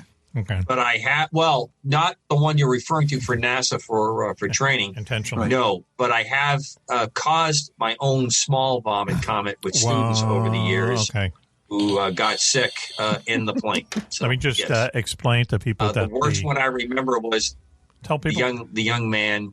He didn't get his helmet. He didn't get his mask away from his helmet in time, and I got to listen to him. There we go. As he filled the helmet, mask, it was, and I'm breathing almost pure oxygen at that point because I'm psychologically believing I can smell it. So it's absolutely killing me. I don't want to get into a sympathetic. Nice. I don't have a lot of brains, but I was blessed with a good stomach. Cool. And but the smell on a warm afternoon in the south can really make it happen. You really know how to paint the picture.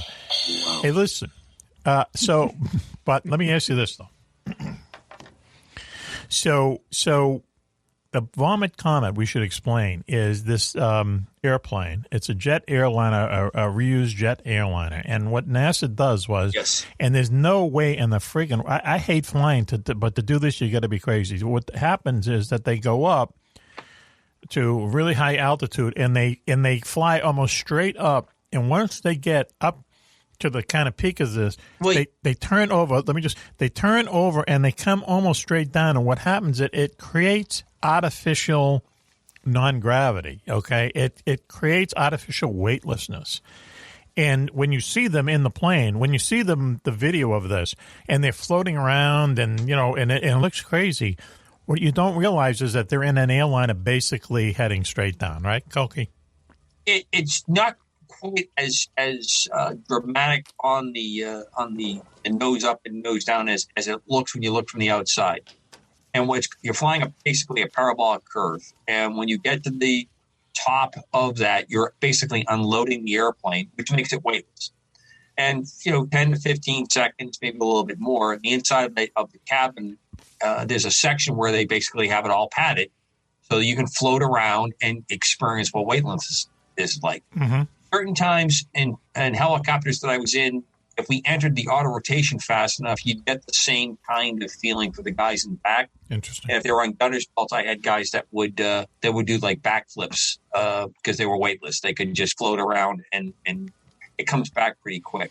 Okay, we mentioned auto. So what you're doing is you're just getting you're getting weightless because you're just put enough force against gravity. We had this. Interestingly enough, that's also a maneuver that you'll do in tactical type airplanes if you want to maximize your acceleration. You'll actually unload the airplane, bring it to a 0G or a slightly negative G condition, right, and then apply maximum power, and the plane will accelerate its fastest because you're getting maximum thrust, and the plane doesn't weigh anything, literally does not weigh anything for a couple seconds. Yes. So you get this max acceleration. Yes. Wow. I got to say two things real quick. First of all,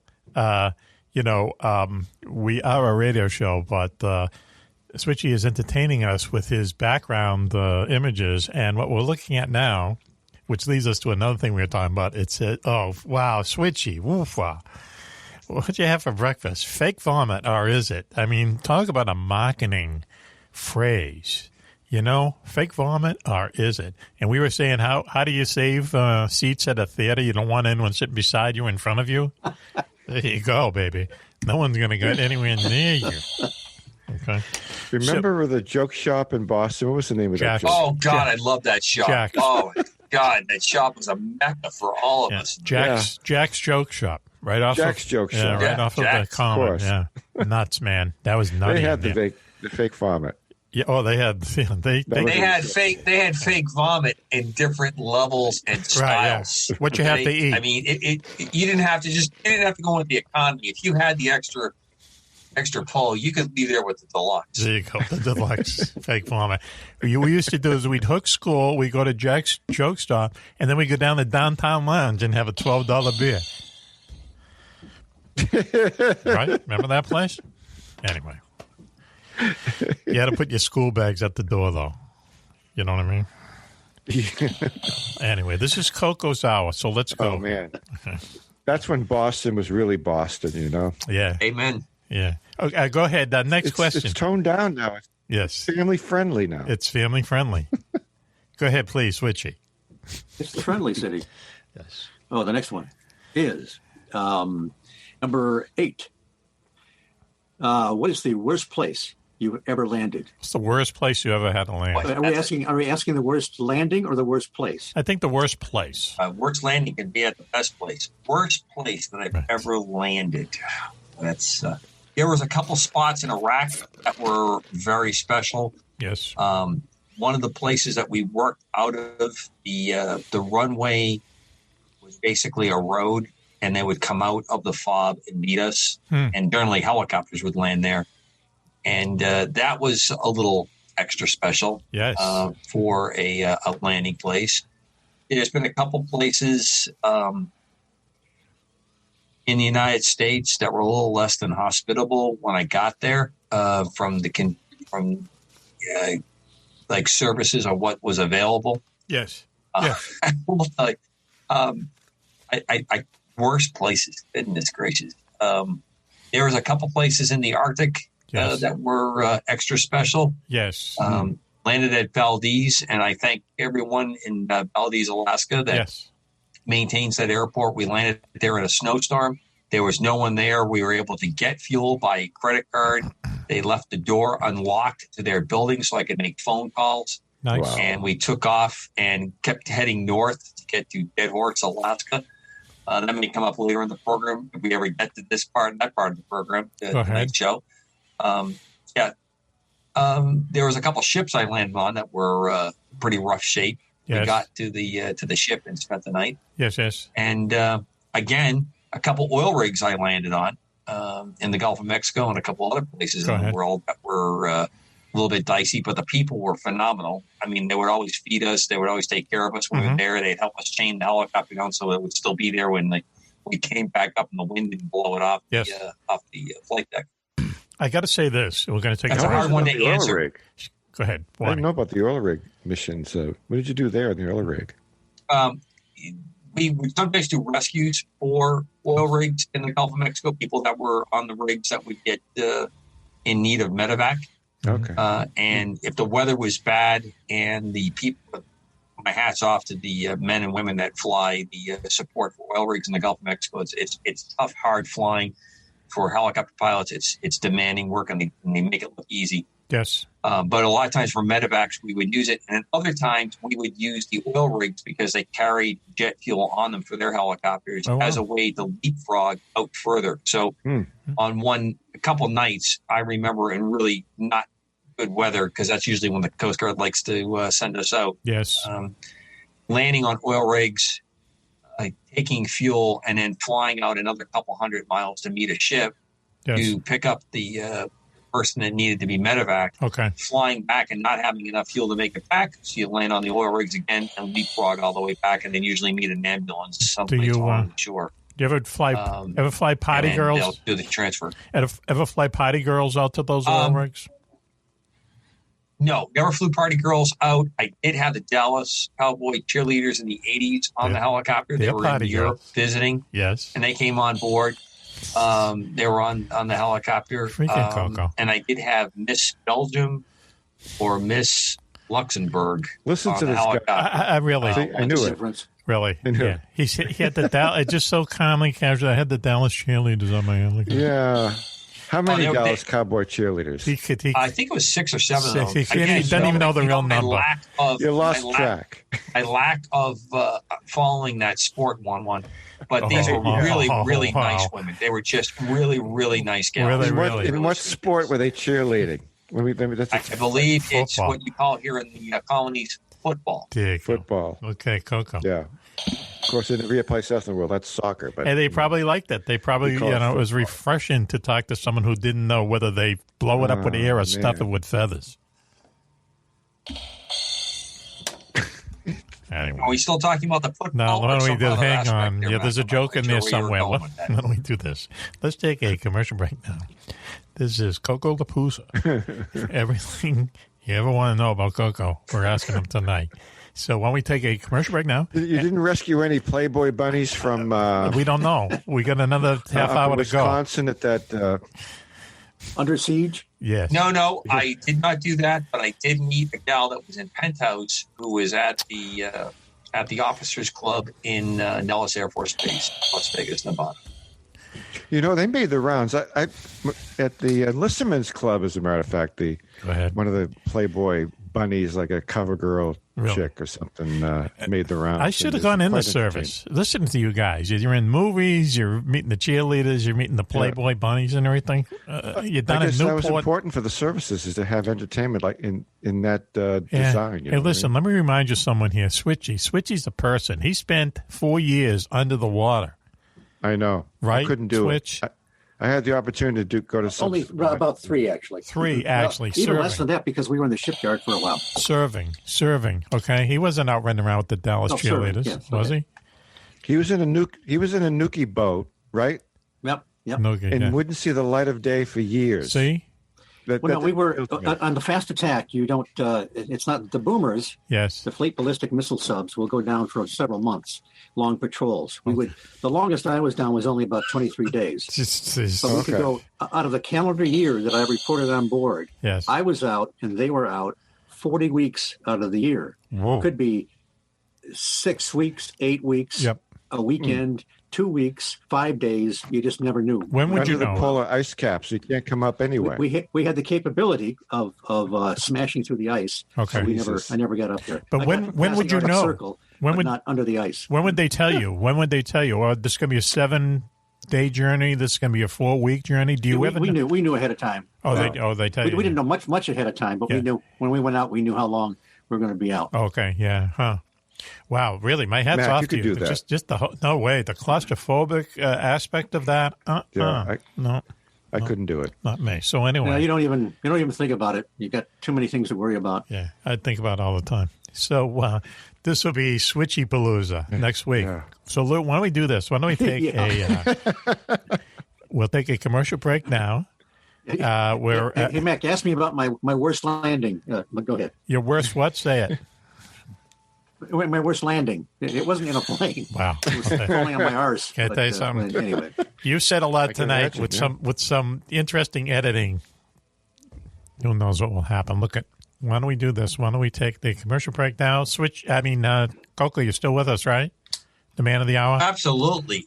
Just taking notes. Coco's having a few laughs. Taking notes. Okay. Are you drinking wine? Are you drinking bourbon? What are you drinking? I'm on a Yingling Black and Tan tonight. Yingling. Oh, Black and Tan. that weird beer company from Pennsylvania. Anyway, we should get them as a sponsor. Oldest brewery in the United States. That's what they say. But do you really want beer from the oldest brewery in the United States? What's the upside of that? I like their Black and Tan. I think it's excellent. Okay, all right. I guess the upside is really old beer. Yeah, who wants that? Right? Anyway, why don't we do this? Aged in old casks. That isn't what you want. In Old Town. You want fresh beer. You want beer that be fresh. Isn't that the angle? All the Yingling lovers out there, I assure you that my Black and Tan is very fresh. Here I am. Tried. I don't think I've ever had it. I'm asking the guy who would drink chocolate beer, right? I actually sat next to him drinking a chocolate beer. I can't believe chocolate and coffee. Oh, my gosh. Okay. Yeah. Yep. Chocolate and coffee beer. It's excellent. Sounds good. Why don't we? Excellent. Let's take a break right now. And you're listening to Mack Maloney's Military Exile Show here on the Distant Thunder Radio Network. Coco-palooza. Coco is the man of the night. We're asking all the questions we wanted to ask him for the past 5 years. We'll be right back after this. UFOs are found in Renaissance art, on ancient coins, and etched on cave walls. They're even reported in the Bible. But more surprising is when UFOs are seen the most, in times of war. Through centuries, thousands of UFO sightings have been made by high-ranking officials, military pilots, and ordinary soldiers. Often, these fantastic appearances occur at the height of great battles. From World War I to D-Day to Korea, Vietnam, and beyond, military investigators are baffled. Why do UFO sightings spike so drastically during wartime? Could it be mistaken aircraft, or someone or something looking in on us. In UFOs in Wartime, What They Didn't Want You to Know, Mack Maloney chronicles centuries of these incredible sightings and tries to solve the puzzle of why so many UFOs are seen while humanity is at war. Read about the scare ships, the ghost planes, and the ghost rockets, alien giants in the jungles of Vietnam, UFOs controlling our ICBM bases, dogfights with flying saucers during the Gulf War, and more. 300 pages of unbelievable stories, along with many startling photographs. That's UFOs in Wartime, What They Didn't Want You to Know, by Mack Maloney. On sale at your local bookstore or on Amazon.com.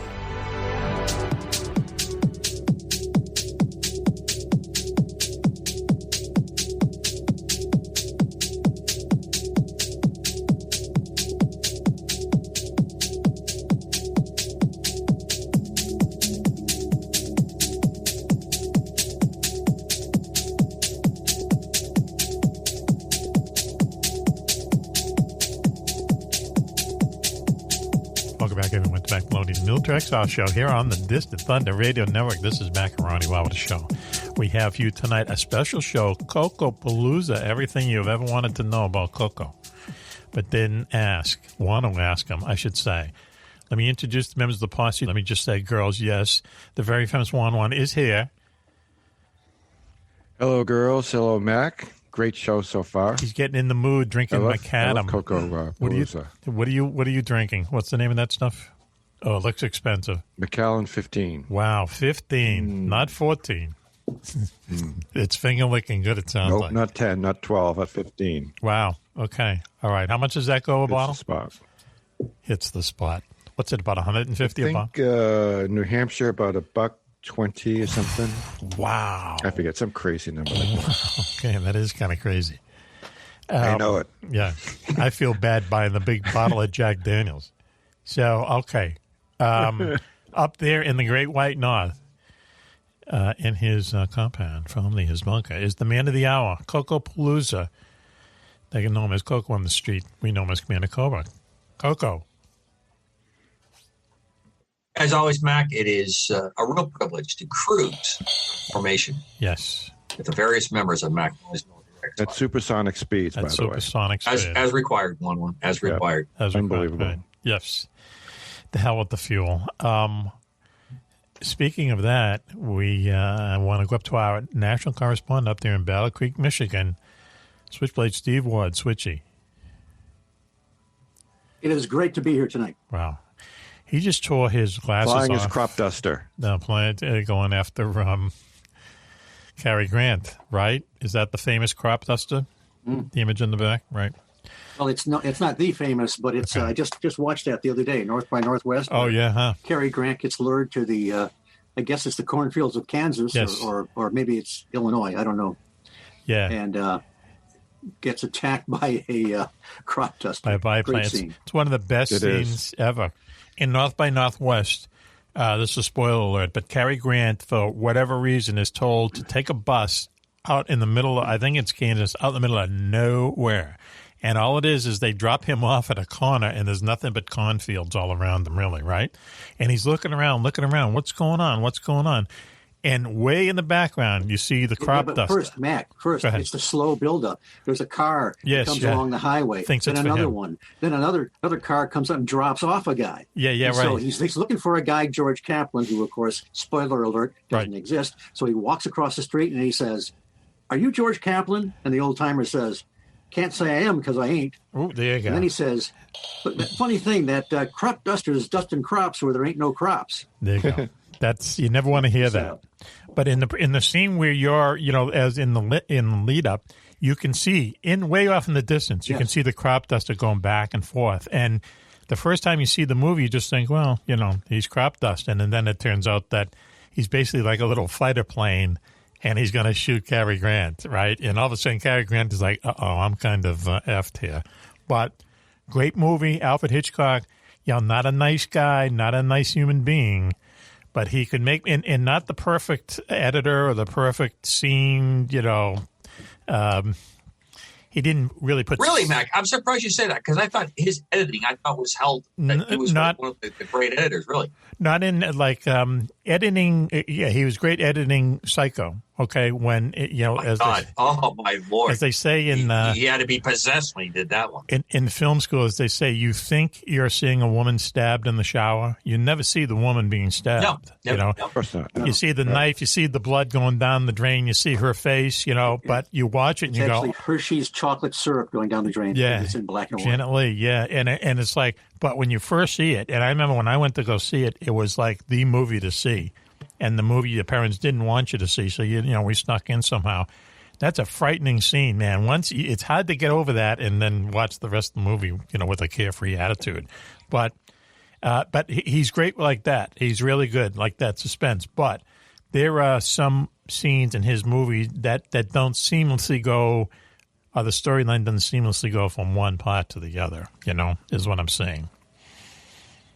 How's that? How's that one for film school? Okay, I like it. All right. Okay. All right. So next I know question. they don't call that continuity. Continuity is like from scene to scene and Right. having everything all lined up. Right. Yeah. It's Facial expression. It should be the continuity of the director. The time on the clock on the wall is fairly close to the time of the scene.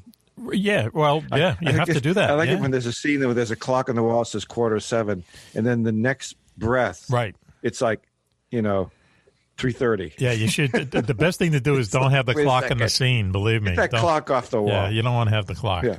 It broke up my whole continuity. I hate bad continuity. You know me. But I'm a continuity freak. you, where's Juan? What have you done with him?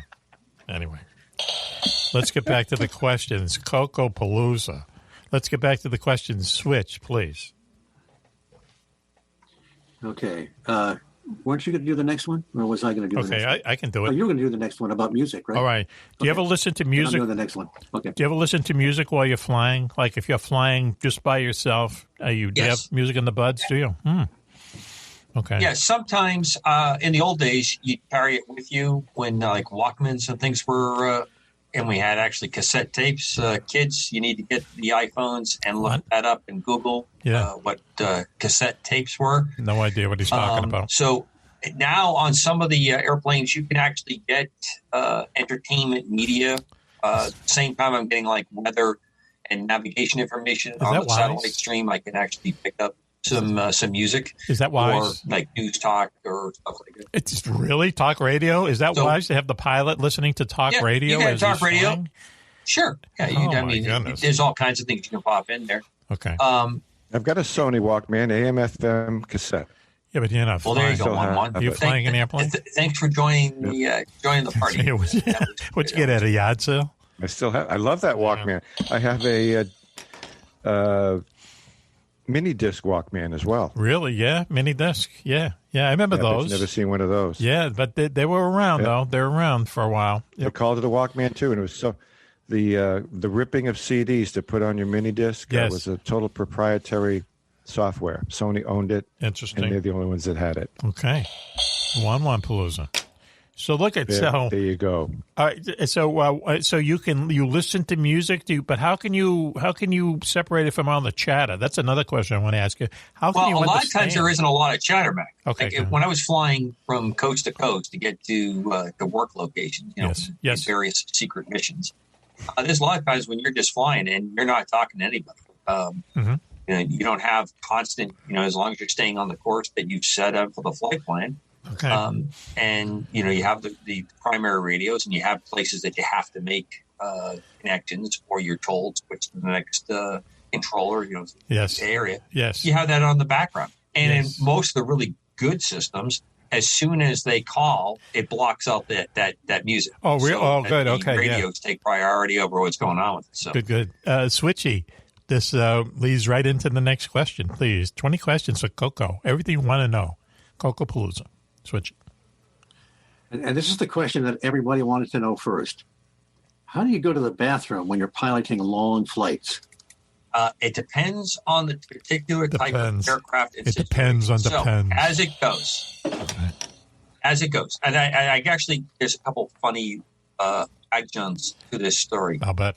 So you have sometimes you have a thing called a piddle pack, which is basically a kind of like a Ziploc bag. It has a small sponge in it. You kind of loosen up all the seat belts and everything, Wow. and you get yourself positioned, and you kind of, you end up relieving yourself into the bag. And then, of course, you seal it up. My personal favorite because in Iraq, we were constantly bringing and drinking water. Yes. And you did not sweat it all out. Go ahead. I preferred to carry a detergent bottle because it didn't require nearly as much physical maneuvering in the plane. And then I'd have a nice secure cap because you wouldn't want anything to happen after you've done that. You say a detergent bottle inside the plane? A detergent bottle? A detergent bottle? Sure. Yeah, it has a wide enough opening too. Yeah, and it's nice smooth plastic. How do you know? And you can hang it with one hand while you're still flying the aircraft. What, like Tide or something, like a Tide plastic jug? Yeah, like one of those. Yes, ma'am. I don't like to throw name brands. The large economy size. Unless I'm working some kind of an angle for a sponsorship, but I don't think you can tell Tide that I was peeing in their bottles. It's going to really work out for them to come across with a big green fire. But did you? I don't mean to tell you that. Now, the other part of relieving yourself, that's going to be adult diaper time. There's just no getting around that. Now, I had a couple of times, I had obviously female flight students, and I had female crew members. Question 3. They have a small adapter gear that they will use. Don't say Sometimes that. It could be really embarrassing. Don't. So I would do something like I would hang a towel between us to separate it so they could have a couple of minutes of privacy. Coco the gentleman. Most of the gals I work with, you got to the point where you were somewhat dehumanized, or you were. Wait, can I stop you? It was just something you had to do, and you got it done, and then just went on to the next thing. This is sound like a DC comic. It's not really glamorous in any way. It's not. And it's really a big deal because pilots often suffer from kidney stones because of not passing, because they hold for such a long time. Listen, hold on. Let's stop. This is an issue that's becoming Stop. Okay, so we have to ask you this question, okay? First of all, the planes, aren't you talking about planes that when you're in the cockpit, they're like the size of a Volkswagen Bug, apparently, approximately? Yeah. Small. Sometimes you're sitting side by side.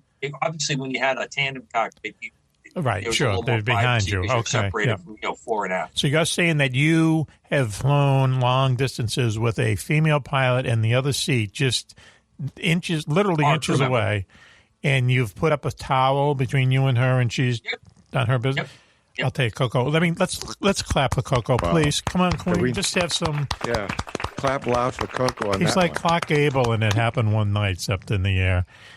Coco? I've actually held the vomit bag for crew members in the other seat as well. So and then passed them the water and the paper towels to kind of clean up. There's no way, boy. How can you not impress a girl? With. I'll hold your vomit bag. Hold her hair back.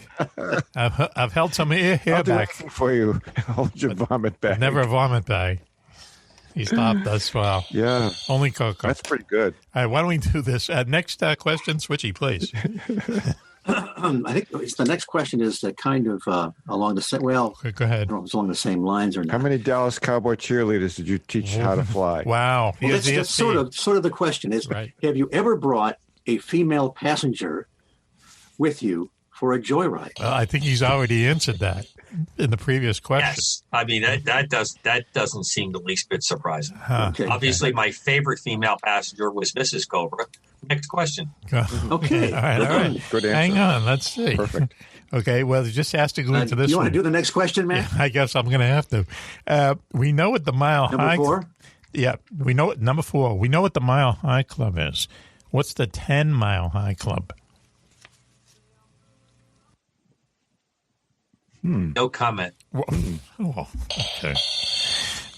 I was going to say you can make it up if you want, but I like that. No comment. Okay, let's see. So, number 3. Okay. Oh, go ahead. Number 3, Switchy. When you flush, we're on the same subject here, I guess. When you flush the toilet on an airliner, is it ejected out of the plane? They just ejected. Not since the 1940s, 50s, 50s. Okay. Do you have All right. open air toilets? Really? Open air? Because I've heard you've flown over Mack's house a few times. No, wait a minute. Early airline. Well, now that you're He's going nuts. there, I will share a very cute story that ties into an earlier question that you asked. Go ahead. So on airliners, that is contained. Yes. What has happened in the past, that there has been leaks from that, is a blue chemical that it goes into the tank, where like in a potted joint. So there has been ice formations of this outside of the airplane that will break off, and they have actually killed people in the years where this large chunk of ice from the airliner will come down. And Listen, I just got to ask you this. I just got to ask you this. It is God must really hate you if you get hit with some, blue ice, packed at urine and who knows what else, and it hits you and kills you. Right? I mean, you must have done something. Go ahead, please, Coco. Sorry to interrupt. Next part on that, this business that Twitch was alluding to over Mack's house. Yeah. I had at one point in my career, I had a West Point graduate in the back of one of the airplanes I was flying. We were flying over Annapolis, pretty high altitude, and he said, circle here. And what he was doing was taking a leak, because he was a West Pointer, over Annapolis, because he wanted to Army-Navy business going on. Okay, all right. That's years later, I had a Navy Academy grad in the back of the aircraft. We're over West Point along the river. Yes. And we circle over West Point. He does the same thing. Wait a minute. Wait a minute. Okay, so now, twice in your career, you've brought people up so they can urinate. Are they outside of Are they urinating outside the airplane itself? Yes, they are. What? There's a relief tube in most of those airplanes, and it doesn't retain because you were asking if it dropped on the ground. Okay. In some airplanes, it does just go out of the airplane. It's a relief tube? That's not right. That's a great name for a band, Relief Tube. Yeah, would you like to hear a really classic story about a relief tube? In 2 minutes. 2 minutes. In the helicopters, it was in bigger airplanes. We have crews. You have relief tubes. You had them up for the pilots in their seats. Yes. You had one in the back for the rest of the crew.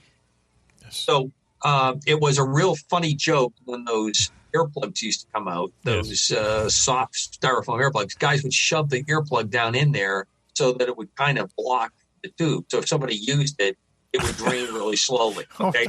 So wow. I was flying on the wing in a helicopter with a very good friend, and we were flying into Belgium. We were delayed because the weather was horrible coming out of England to do this tactical insertion. And I know we're getting close to the spot where we're going to do this assault type landing. We're basically bring these two big helicopters into this field. Yes. You come in really fast, you flare, you land, the ramp goes down, the guys run out. Well, we're getting close, and he hasn't given me the signal to get into the position where I should be. He still has me in a wing position. Yes. Where I should be more trailed at this point. 1 minute. I fly up alongside, and I'm looking into the cockpit, and I see this argument between him and the other pilot. Not good. And then I slide back, get the signal, we land. Well, what had happened was he had drank a lot of coffee. He had to use the relief tube. It wouldn't drain. He had to actually do the landing, so he wanted the other pilot to hold that relief tube while he did the landing. The guy basically told him to, F himself, obviously, that he was going to hold that. So what he did is he put his hand over the top of the relief tube, and he blew into it to get it to go through. I don't even want to tell you what his call sign was after that. So next question. I can guess. That's fantastic. Wow, that's a great story. Next question. Yeah, okay, listen. So that's above and beyond the Call of Duty. We're coming. Yeah, you should get a medal for that one, but they don't have medals for that. Just go see Airplane.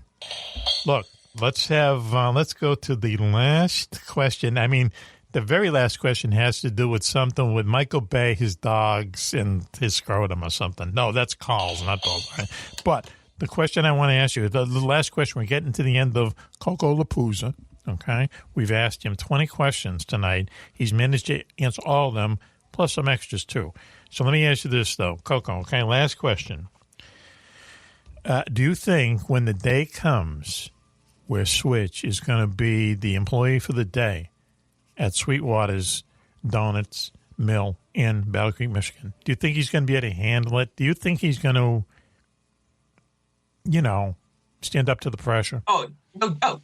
Really? No doubt. No doubt. Okay. All right. First of all, he's going to carry the Mack Maloney Military X-File guide-on That's into the battle there. That's the problem. Valiantly. There's no doubt about that. Go ahead. He's going. I expect, and when it comes to the culinary combat arts, Go ahead. there's nobody on the staff here at Mack Maloney's Military X-Files that has more hands-on ability to take this on. And he's very personable. He's a very personal man, so I think he's going to do well with the public. I think he's going to have the face.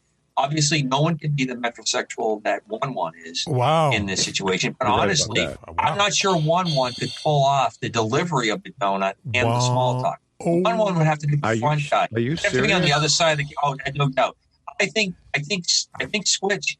This is the man, the mission, Why? and the time. Why are you pulling the pin? Why are you pulling the pin out of the hand grenade with 2 minutes to go in the show?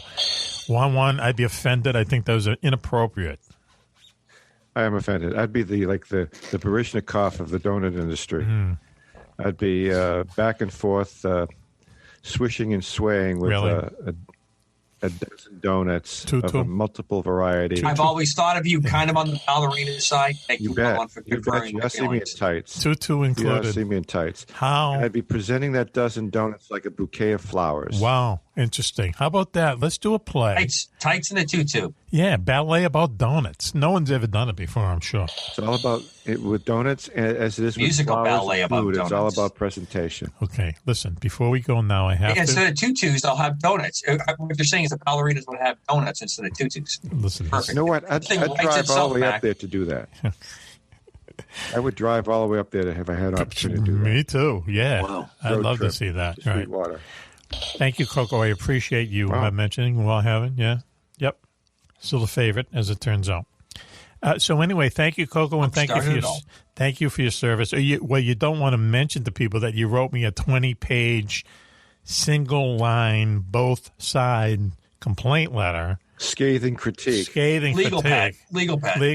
Scathing critique. It went on and on and on and on. On the technical flaws. Yeah, right. And on the end, he gave me still have it, Mac? Oh, of course, I have it. But yet, Mac hanging up in my room. Yes. Yeah. Well, because he left his number, and I said it'll be easy for me to just call this guy, to respond to this.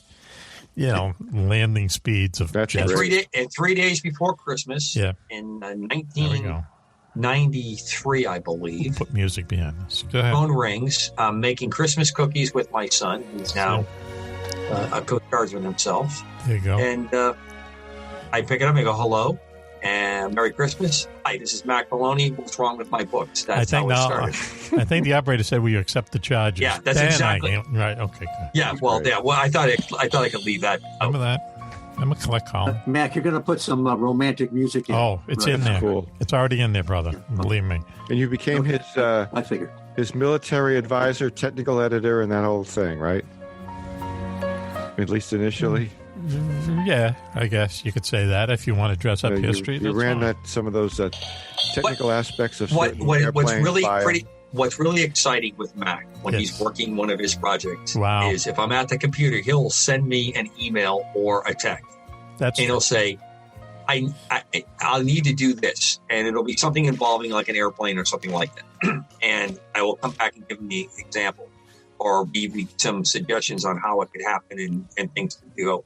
Right. And the part that, since we've gotten to know each other better over the years, he'll preface it sometimes. Look, I don't have all day to talk to you about this. I've never said that. I need this to fit in like 5 sentences. I've said that. Paragraph, okay. I need it in a hurry. Yes, I've said that. But it's really. I don't have all day for this. But it's stuff like just give me some. What survives a catastrophic crash of a B-52 bomber? And you gave me great advice: the engines and the landing gear. Everything else. Mac would send me quickies about technology stuff. But it's usually about ex-hamster. Have a bad guy blow up the internet. Can I put a bomb in an RV in front of a building and blow up the internet? I don't remember that, FBI. If you're listening in, I don't remember really. But I've asked you what's the strange qualities of radio frequencies and stuff like that. Right. Yes. Can certain radio frequencies fry your brain? Can certain radio frequencies jam? Can you hide something. stuff? Yeah. So Get Coco, those kinds of emails. It's kind of cool to respond to them. let's drag it back to Coco. Okay. All right, definitely. Especially those replies about ex-hamster and how sometimes I can't get on. Thank you very much, Cece, for joining us. We appreciate it. We appreciate your service in the military and also in Bad Boys 2. I was in the military when I did that. And also when you flew the Dallas cheerleaders around.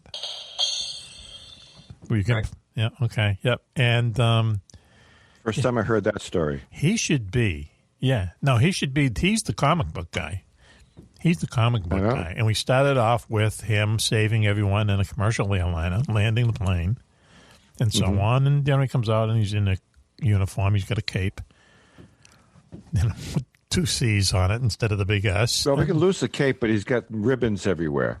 Ribbons like battle He's ribbons. festooned with so many ribbons. It's funny, but I never, unless I had to, I never wore all my ribbons. I only wore what we call top 3. I always thought it looked fruit I've salad. seen your coat. I saw you. Oh, yeah. Yeah, you coat. did. You saw the coat. You I had saw a the coat in the office. You had a coat feeling. That's Jeez. Saw the coat. Where'd you see his coat? You mean Like his George uniform? C. Scott and Really? Yeah.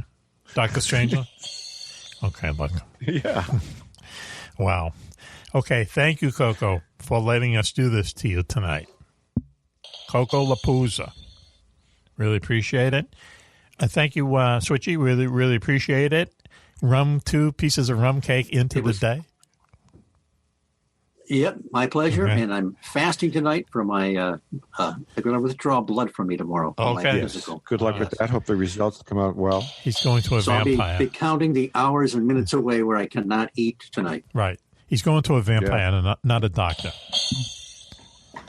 And I just wanted to say he had They 2. say don't eat after midnight or something. He said right? he was a doctor. That's church. Yeah, that's the Catholic Church. Don't eat after midnight. Thank you, Switchy, and we'll talk to you soon. Thank you very much. My we pleasure. like the look. We like the new look. Haircut, do. You like the haircut? shaved look. Yeah, Well coiffed, yeah, really. well shaven. I try to keep myself cleaned up a little bit now and then, Now and then. Interesting. Okay. Thank you, and believe me, Switchy Lapooza is coming very soon. Take it from me. Okay, Oh, so no. get ready for that. No. Yes. Thank you for joining us, JJ. Thank you as always. You're welcome. I live for this. It's a pleasure. Yes. Okay, we will see you tomorrow, but stay on so I can go down the list of rules. Okay. Yeah. You know what I mean? 1,300 hours, right? Correct. Yes. Coco, I will, if you stay on, I can talk to you as well. How's that? But we have to end the show. We have to end the show. We have to say the plugs are this. Homes for Our Troops. The plugs. Homes for Our Troops. Just Google them. They are a military charity who build homes for disabled veterans from the Afghan and the Iraq War. And they build them to adapt to a lot of these people who are in wheelchairs or whatever, and then they just give them the key. No mortgage, nothing. They get the house for free, and they deserve it. Homes for Our Troops. Just Google them. Also, the People's Mosquito Project, our good friend, Ross Sharp, and his Mad Englishman friends are rebuilding a mosquito warplane from World War II, made all of wood, almost, and they put 2 Rolls-Royce engines in it. And it became one of the fastest planes of World War II and has a really great legacy, and they're putting it together, and they're going to give us rides in it once it's rebuilt. Talk about parachutes. Yeah. As I'm going to bring one. I don't know if I'm going to do the ride. I'll wait for you to do it first. Oh, I'm going to go first for a change? Okay. All right. Really? I thought Switch would go first, frankly. If I have time on my extremely busy schedule. Okay. All right. We put you down as a maybe. Also, we should say we're a podcast now, and we're on Stitcher. We're on Podbeam. We're on Apple Podcasts. We're everywhere. Even Alexa knows about us. Yep. Alexa. Just ask Alexa, please. And don't forget, though, Seacoast Oldies has its app as well. Thank you. Right, Seacoast Oldies. Seacoast Oldies for up and down the New England coast. We are now on their mobile app. So download Seacoast Oldies mobile app, and you hear us just like a real radio show. And it only took 5 years. Switchy reminded me today, 5 years we've been doing this. So for the Beatles, it'll be 5 years for me in February. We got So 2 more you years. guys have been doing this longer. Don't say that. I think of it as about 2 years, maybe, of fun. Thank you, Switch. Thank you, JJ. Thank you, Coco. And thank you, everyone, for listening in. Until you hear us next week, this is Mac from the entire gang saying be safe, be happy, and Bye-bye.